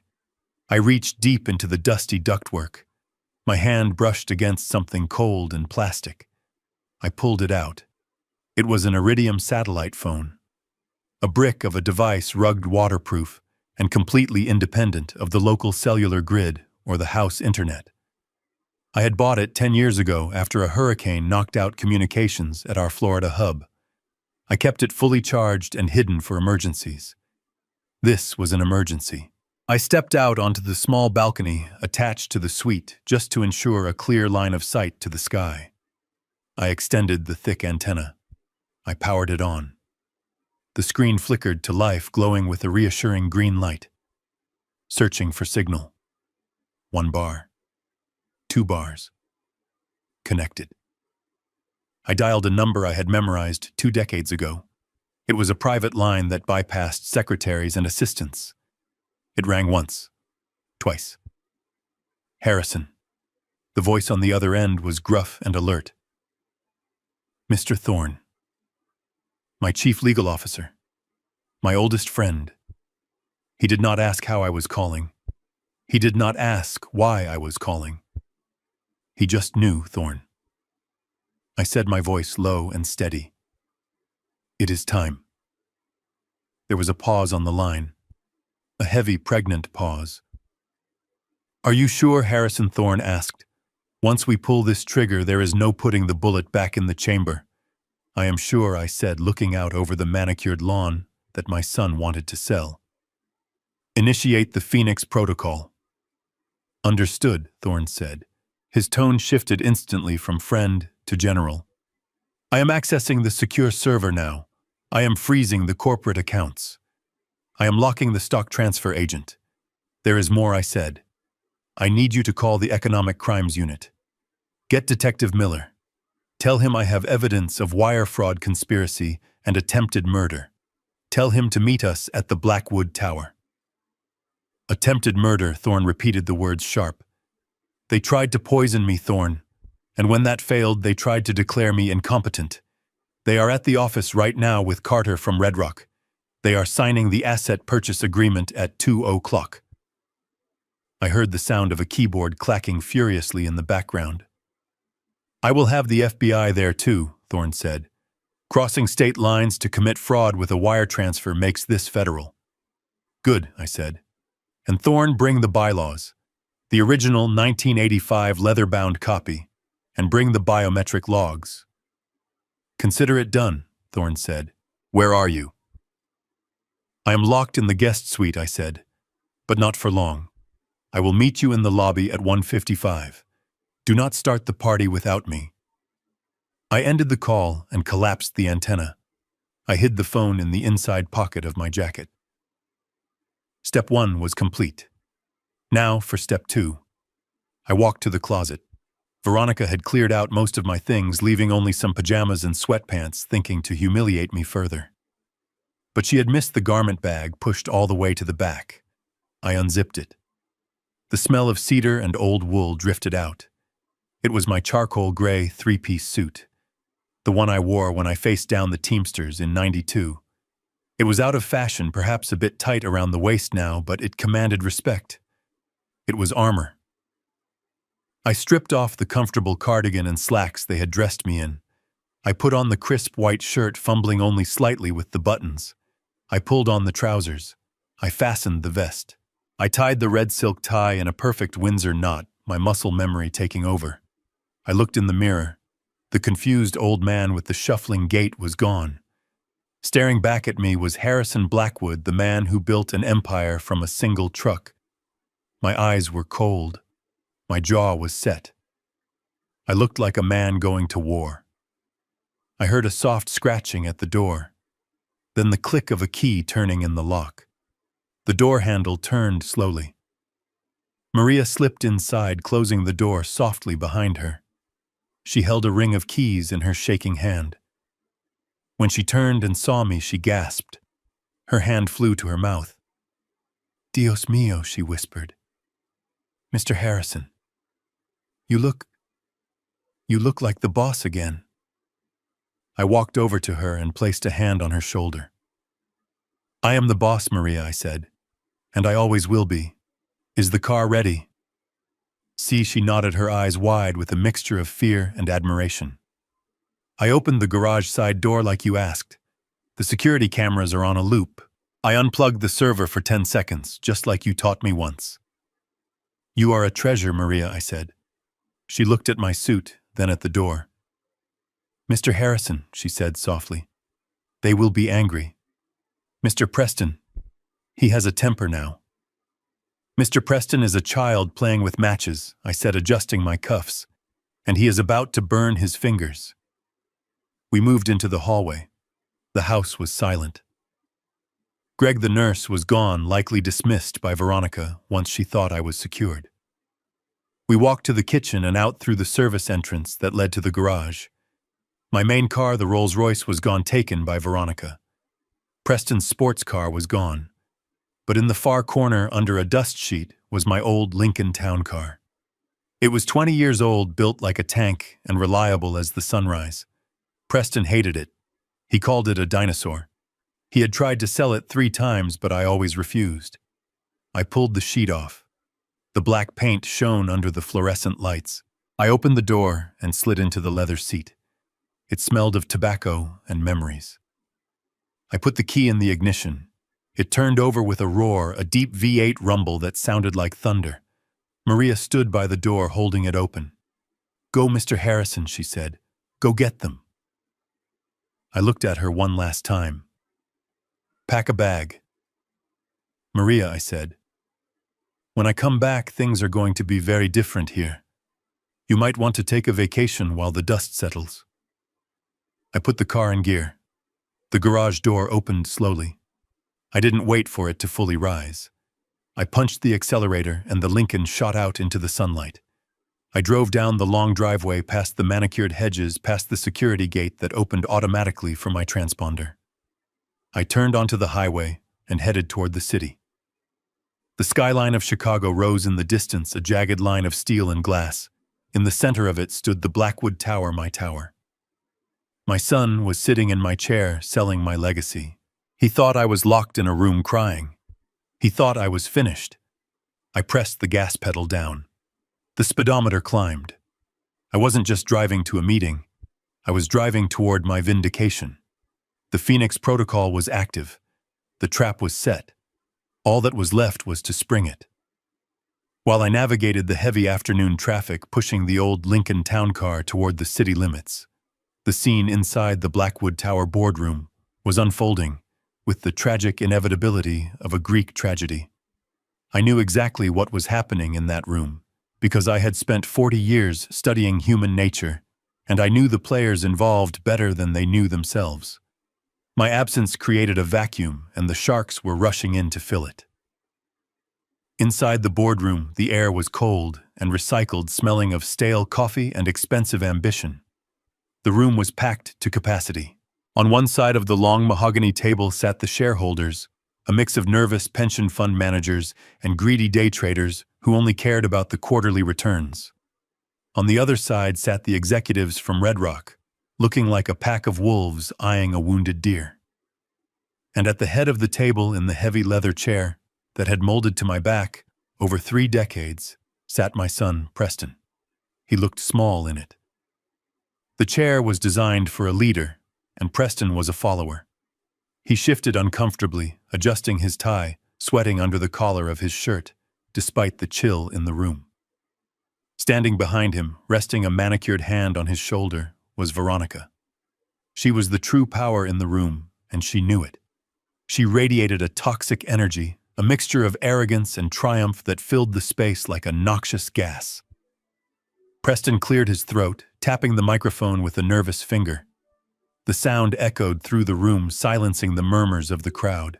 He looked pale, his eyes darting toward the door, as if he expected me to burst in at any moment.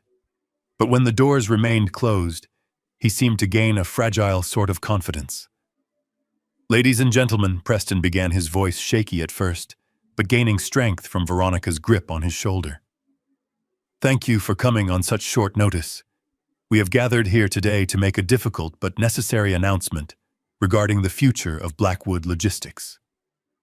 He paused, taking a sip of water, his hand trembling slightly. "As many of you know, my father, Harrison Blackwood, has been the heart and soul of this company for 50 years. But time comes for us all. It is with a heavy heart that I must inform you that my father has suffered a severe cognitive decline. His doctors have diagnosed him with advanced dementia, and he is no longer capable of making rational decisions or leading this organization." A ripple of shock went through the room. The loyal employees, the ones who had been with me since the days of paper logs and CB radios, looked devastated. Arthur, the vice president of operations, who had started as a forklift driver under my supervision, put his head in his hands. Sarah, the head of human resources, wiped a tear from her eye. They were mourning the man they thought they knew. Veronica stepped forward, then taking the spotlight she had craved for years. She did not look sad. She looked energized. "It is a tragedy," she said, her voice smooth and practiced. "But business must go on. Harrison has signed a full transfer of authority to Preston and myself. We are now the legal guardians of both his person and his estate. And our first act as the new leadership is to secure the financial future of this company." She gestured toward Carter, the CEO of Red Rock, who was sitting at the opposite end of the table looking bored and impatient. "We have reached an agreement with Red Rock Corporation for a complete acquisition of Blackwood Logistics," Veronica announced. "This deal will provide immediate liquidity and ensure that the shareholders are protected." Arthur stood up, his face red with anger. "Acquisition?" Arthur spat. "You mean a liquidation? I have seen the preliminary terms, Veronica. You are selling us for parts. You are selling the fleet, the warehouses, the routes. You are shutting down the pension fund." Veronica laughed, a cold, sharp sound that cut through the tension. "Sit down, Arthur," she said, her tone dripping with condescension. "You are thinking with your heart, not your head. That is exactly why this company has stagnated. You are holding on to the past just like Harrison was." "We are not stagnating," Arthur argued. "We had our best quarter in 5 years. We are profitable. We have loyal customers. There is no reason to sell, especially not to Red Rock. Carter will fire half the staff by Monday. Carter smiled a predatory grin that showed all his teeth. Actually, Carter drawled, leaning back in his chair, it will be more like 70%. I have my own team. I don't need a bunch of sentimental old-timers cluttering up the payroll. The room erupted in whispers. The employees looked at Preston, pleading silently for him to defend them, to defend the people who had built his inheritance. But Preston just looked down at the table, refusing to meet their eyes. This is what happens when you refuse to evolve, Veronica said, her voice rising over the noise. She walked around the table, her heels clicking on the floor like gunshots. She stopped behind Arthur's chair. You are a dinosaur, Arthur, she said. You and all the other loyalists. You thought your tenure would protect you. You thought Harrison would protect you. Well, Harrison is drooling in a cup right now, and he isn't coming to save you. She looked around the room, making eye contact with every senior manager I had hired. Effective immediately, she declared. Everyone with more than 20 years of service is being offered an early retirement package. And by package, I mean 2 weeks severance and a cardboard box. If you don't like it, you can sue us. But I warn you, we have the best lawyers in the city. Drake, the corrupt lawyer, nodded from the corner, confirming the threat. This is a new era, Veronica continued, pacing the room like a tiger in a cage. We are trimming the fat. We are turning this sluggish family business into a pile of cash. And Preston and I are going to enjoy it. She turned to Preston, her eyes flashing. Tell them, Preston. Tell them about the plans. Preston looked up, his face slick with sweat. We believe this is the best path forward, he stammered. The market is volatile. Cashing out now protects the value. Protects the value, Arthur shouted. You are selling a billion-dollar company for $450 million. You are robbing the shareholders to pay for whatever desperate mess you are in. Veronica slammed her hand down on the table. That is enough, she screamed, her mask of sophistication slipping for a moment to reveal the rage beneath. Security, escort Arthur out of the building and take his badge. He is trespassing. 2 security guards, young men who didn't know the history of the company, hesitated. Do it, Veronica shrieked. Or you are fired too. The guards stepped forward reluctantly. Arthur stood up, shaking off their hands. I am leaving, he said, straightening his tie. But you mark my words, Preston. Your father would be ashamed. You are spitting on his grave while he is still alive. Get out, Veronica hissed. As Arthur walked out, the atmosphere in the room shifted from shock to fear. The remaining employees sat in terrified silence, realizing that no one was safe. Veronica was not just cleaning house, she was enjoying it. She was taking pleasure in destroying the lives of people she considered beneath her. She turned back to Carter, smoothing her skirt and composing herself. I apologize for the interruption, Mr. Carter, she said sweetly.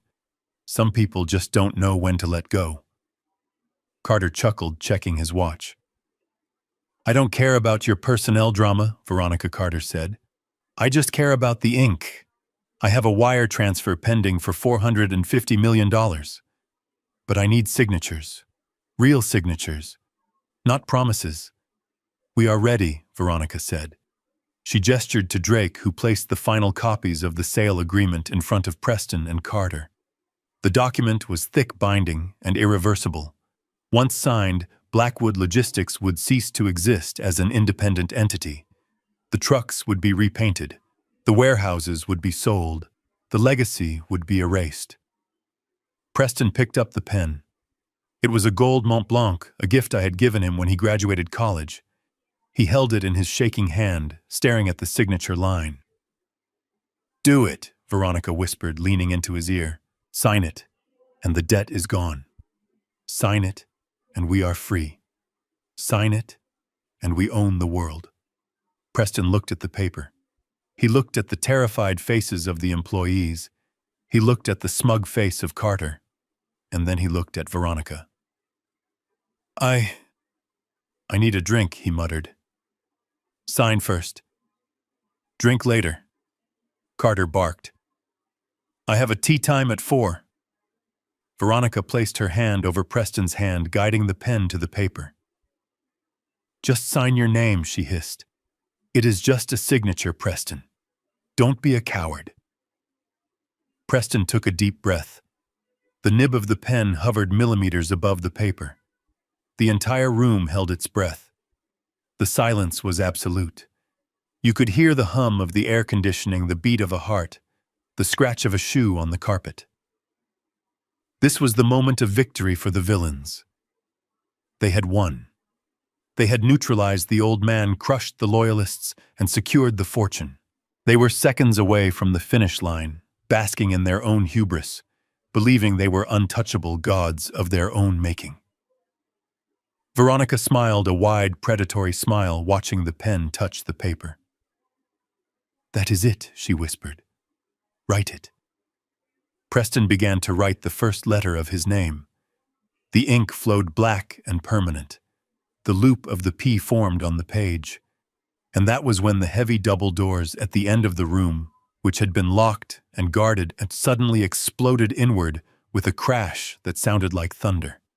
The doors slammed against the walls with a violence that made the crystal water pitchers rattle. All heads turned instantly. Preston dropped the pen. It clattered across the table, rolling over the contract he was seconds away from signing. Veronica spun around, her mouth open in a perfect O of shock. Carter looked annoyed, then confused, then wary. I walked in. I did not shuffle. I did not drag my feet. I walked with the stride of a man who has walked 20 miles in snow to fix a broken axle. I walked with the rhythm of the road in my veins.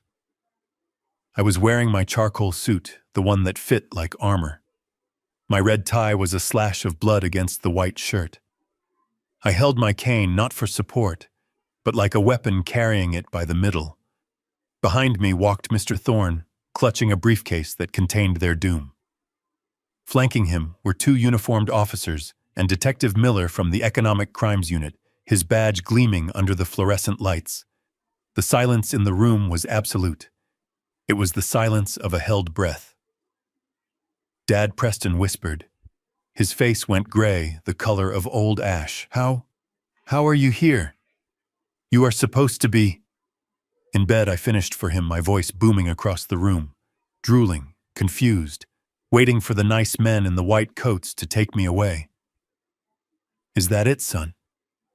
I reached the head of the table. I looked at the empty chair where Preston sat. He scrambled out of it, nearly tripping over his own feet, terrified by the sheer physical presence of my rage. I did not sit down. I stood there, looming over them all.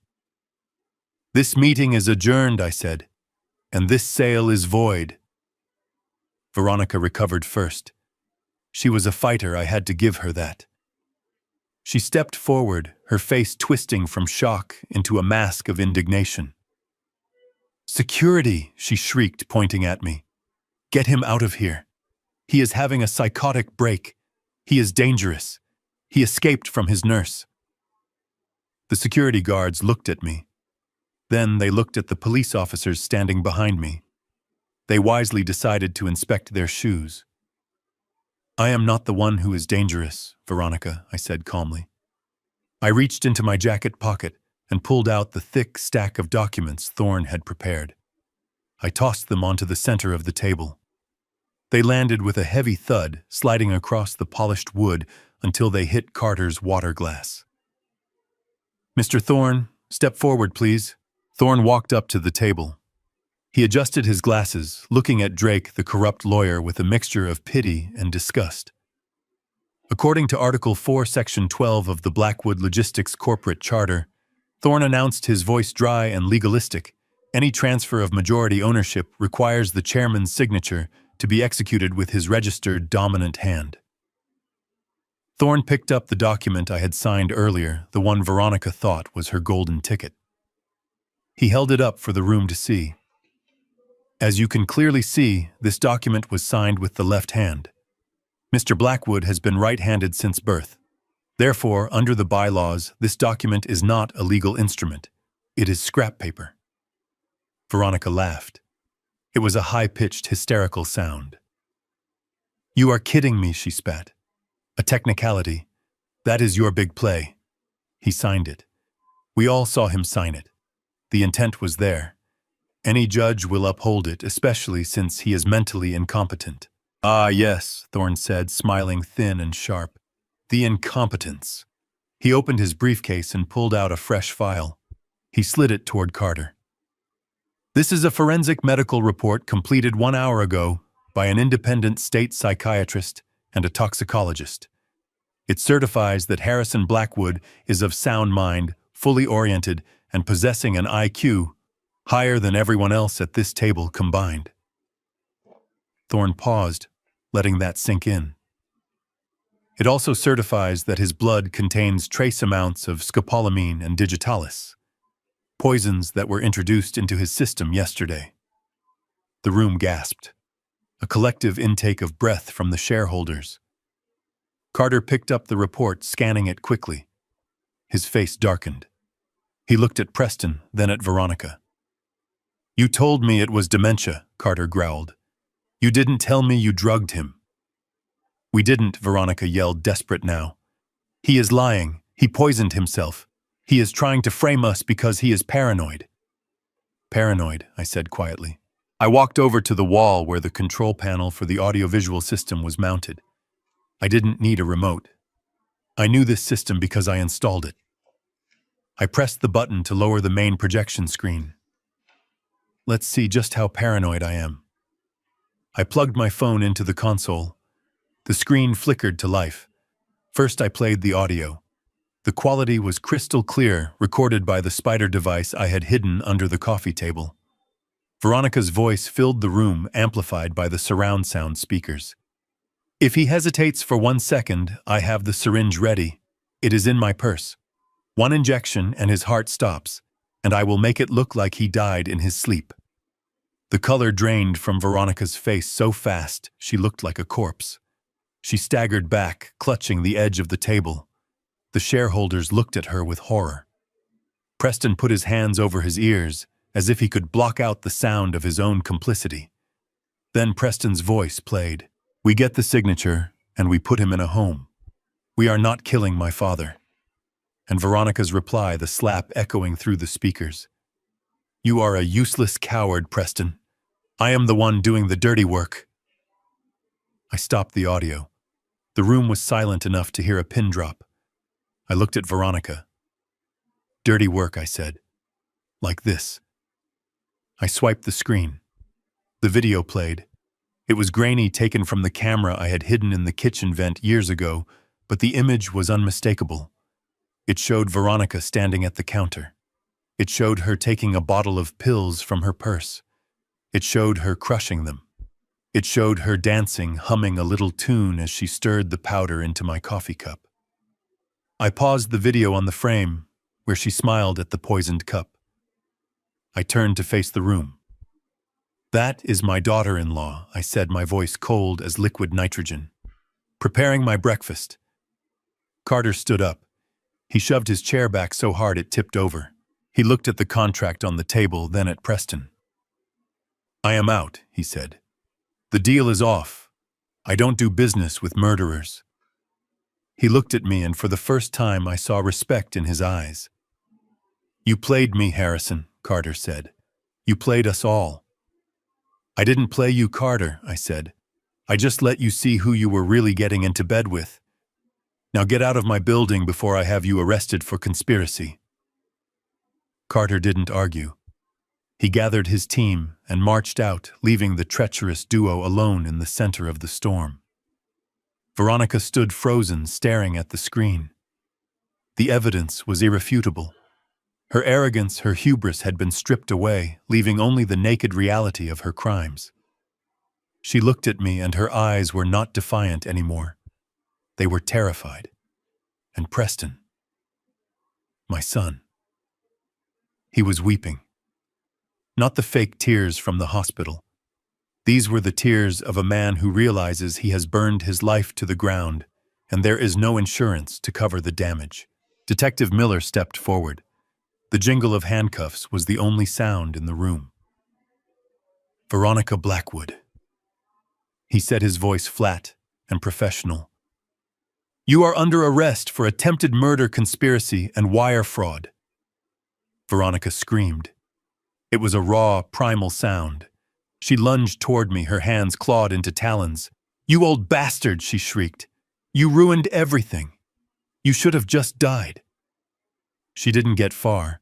2 officers grabbed her, forcing her arms behind her back. She thrashed and kicked, cursing me, cursing Preston, cursing the world. But the handcuffs clicked shut, the steel biting into her wrists. Preston stood up slowly. He held his hands out to the detective, surrendering without a fight. He couldn't even look at me. Dad, he whispered. I am sorry. I looked at him. I looked at the boy. I had raised the man who had stood by while his wife planned my death. I felt a pain in my chest that no medicine could fix. But I pushed it down. I locked it away in the same place I kept my fear and my doubt. I am sorry too, Preston, I said. I am sorry I didn't teach you that integrity is the only currency that matters. I turned my back on them. I watched the reflection in the window as the police led them away. My son and his wife marching out of my life and into a prison cell. The room erupted into chaos behind me, shareholders shouting questions, reporters who had snuck in flashing cameras. But I didn't turn around. I stared out at the city, at the empire I had built and saved. It was mine again. Totally and completely mine.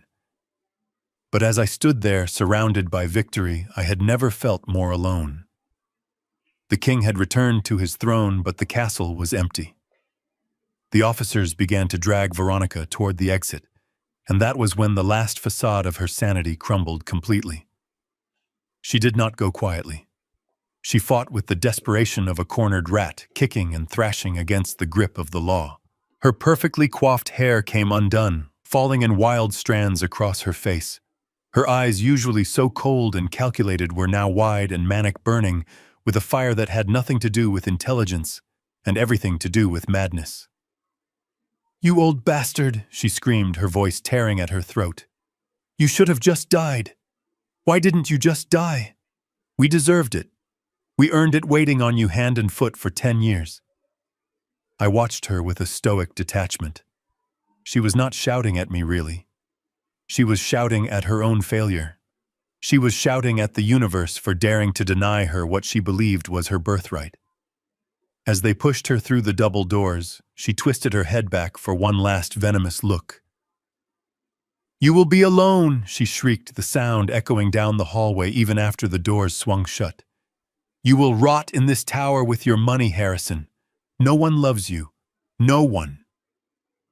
The silence that followed her exit was heavy and suffocating. The shareholders looked at the floor, uncomfortable, with the raw, naked display of greed and hatred they had just witnessed. But I was not looking at the shareholders. I was looking down. Preston was still there. My son, the boy I had taught to ride a bike, the man I had entrusted with my legacy. He had watched his wife be arrested, and he had not moved a muscle to help her. He had not said a word in her defense. He was trembling, his breath coming in short, ragged gasps. When he realized that Veronica was gone, that his shield and his mastermind had been stripped away, he collapsed. It was not a graceful fall. He simply dissolved, sinking to his knees on the plush carpet of the boardroom. He crawled toward me, his expensive suit pants dragging on the floor, his dignity abandoned completely. He reached out and grabbed the leg of my trousers, burying his face against my knee. Dad, he sobbed, his voice muffled by the fabric of my suit.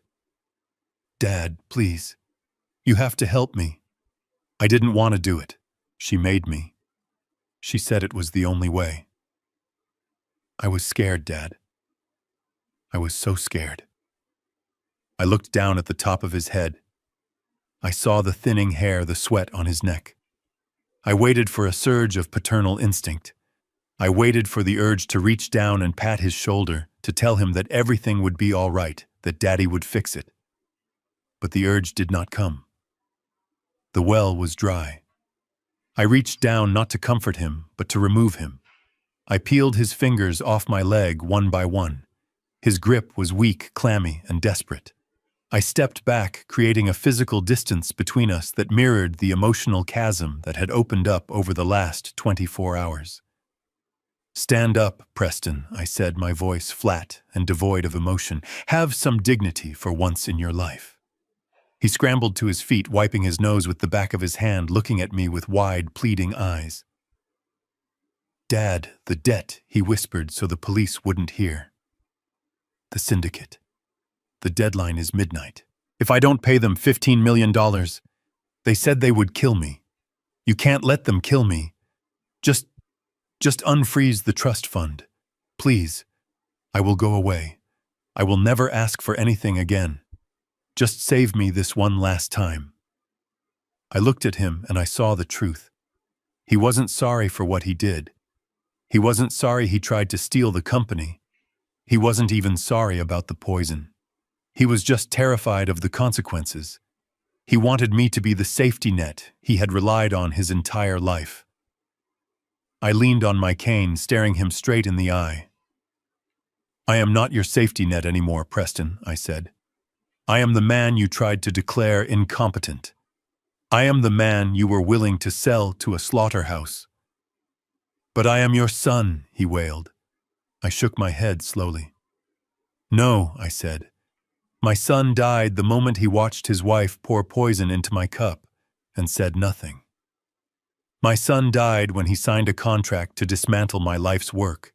You are not my son. You are a stranger who broke into my house."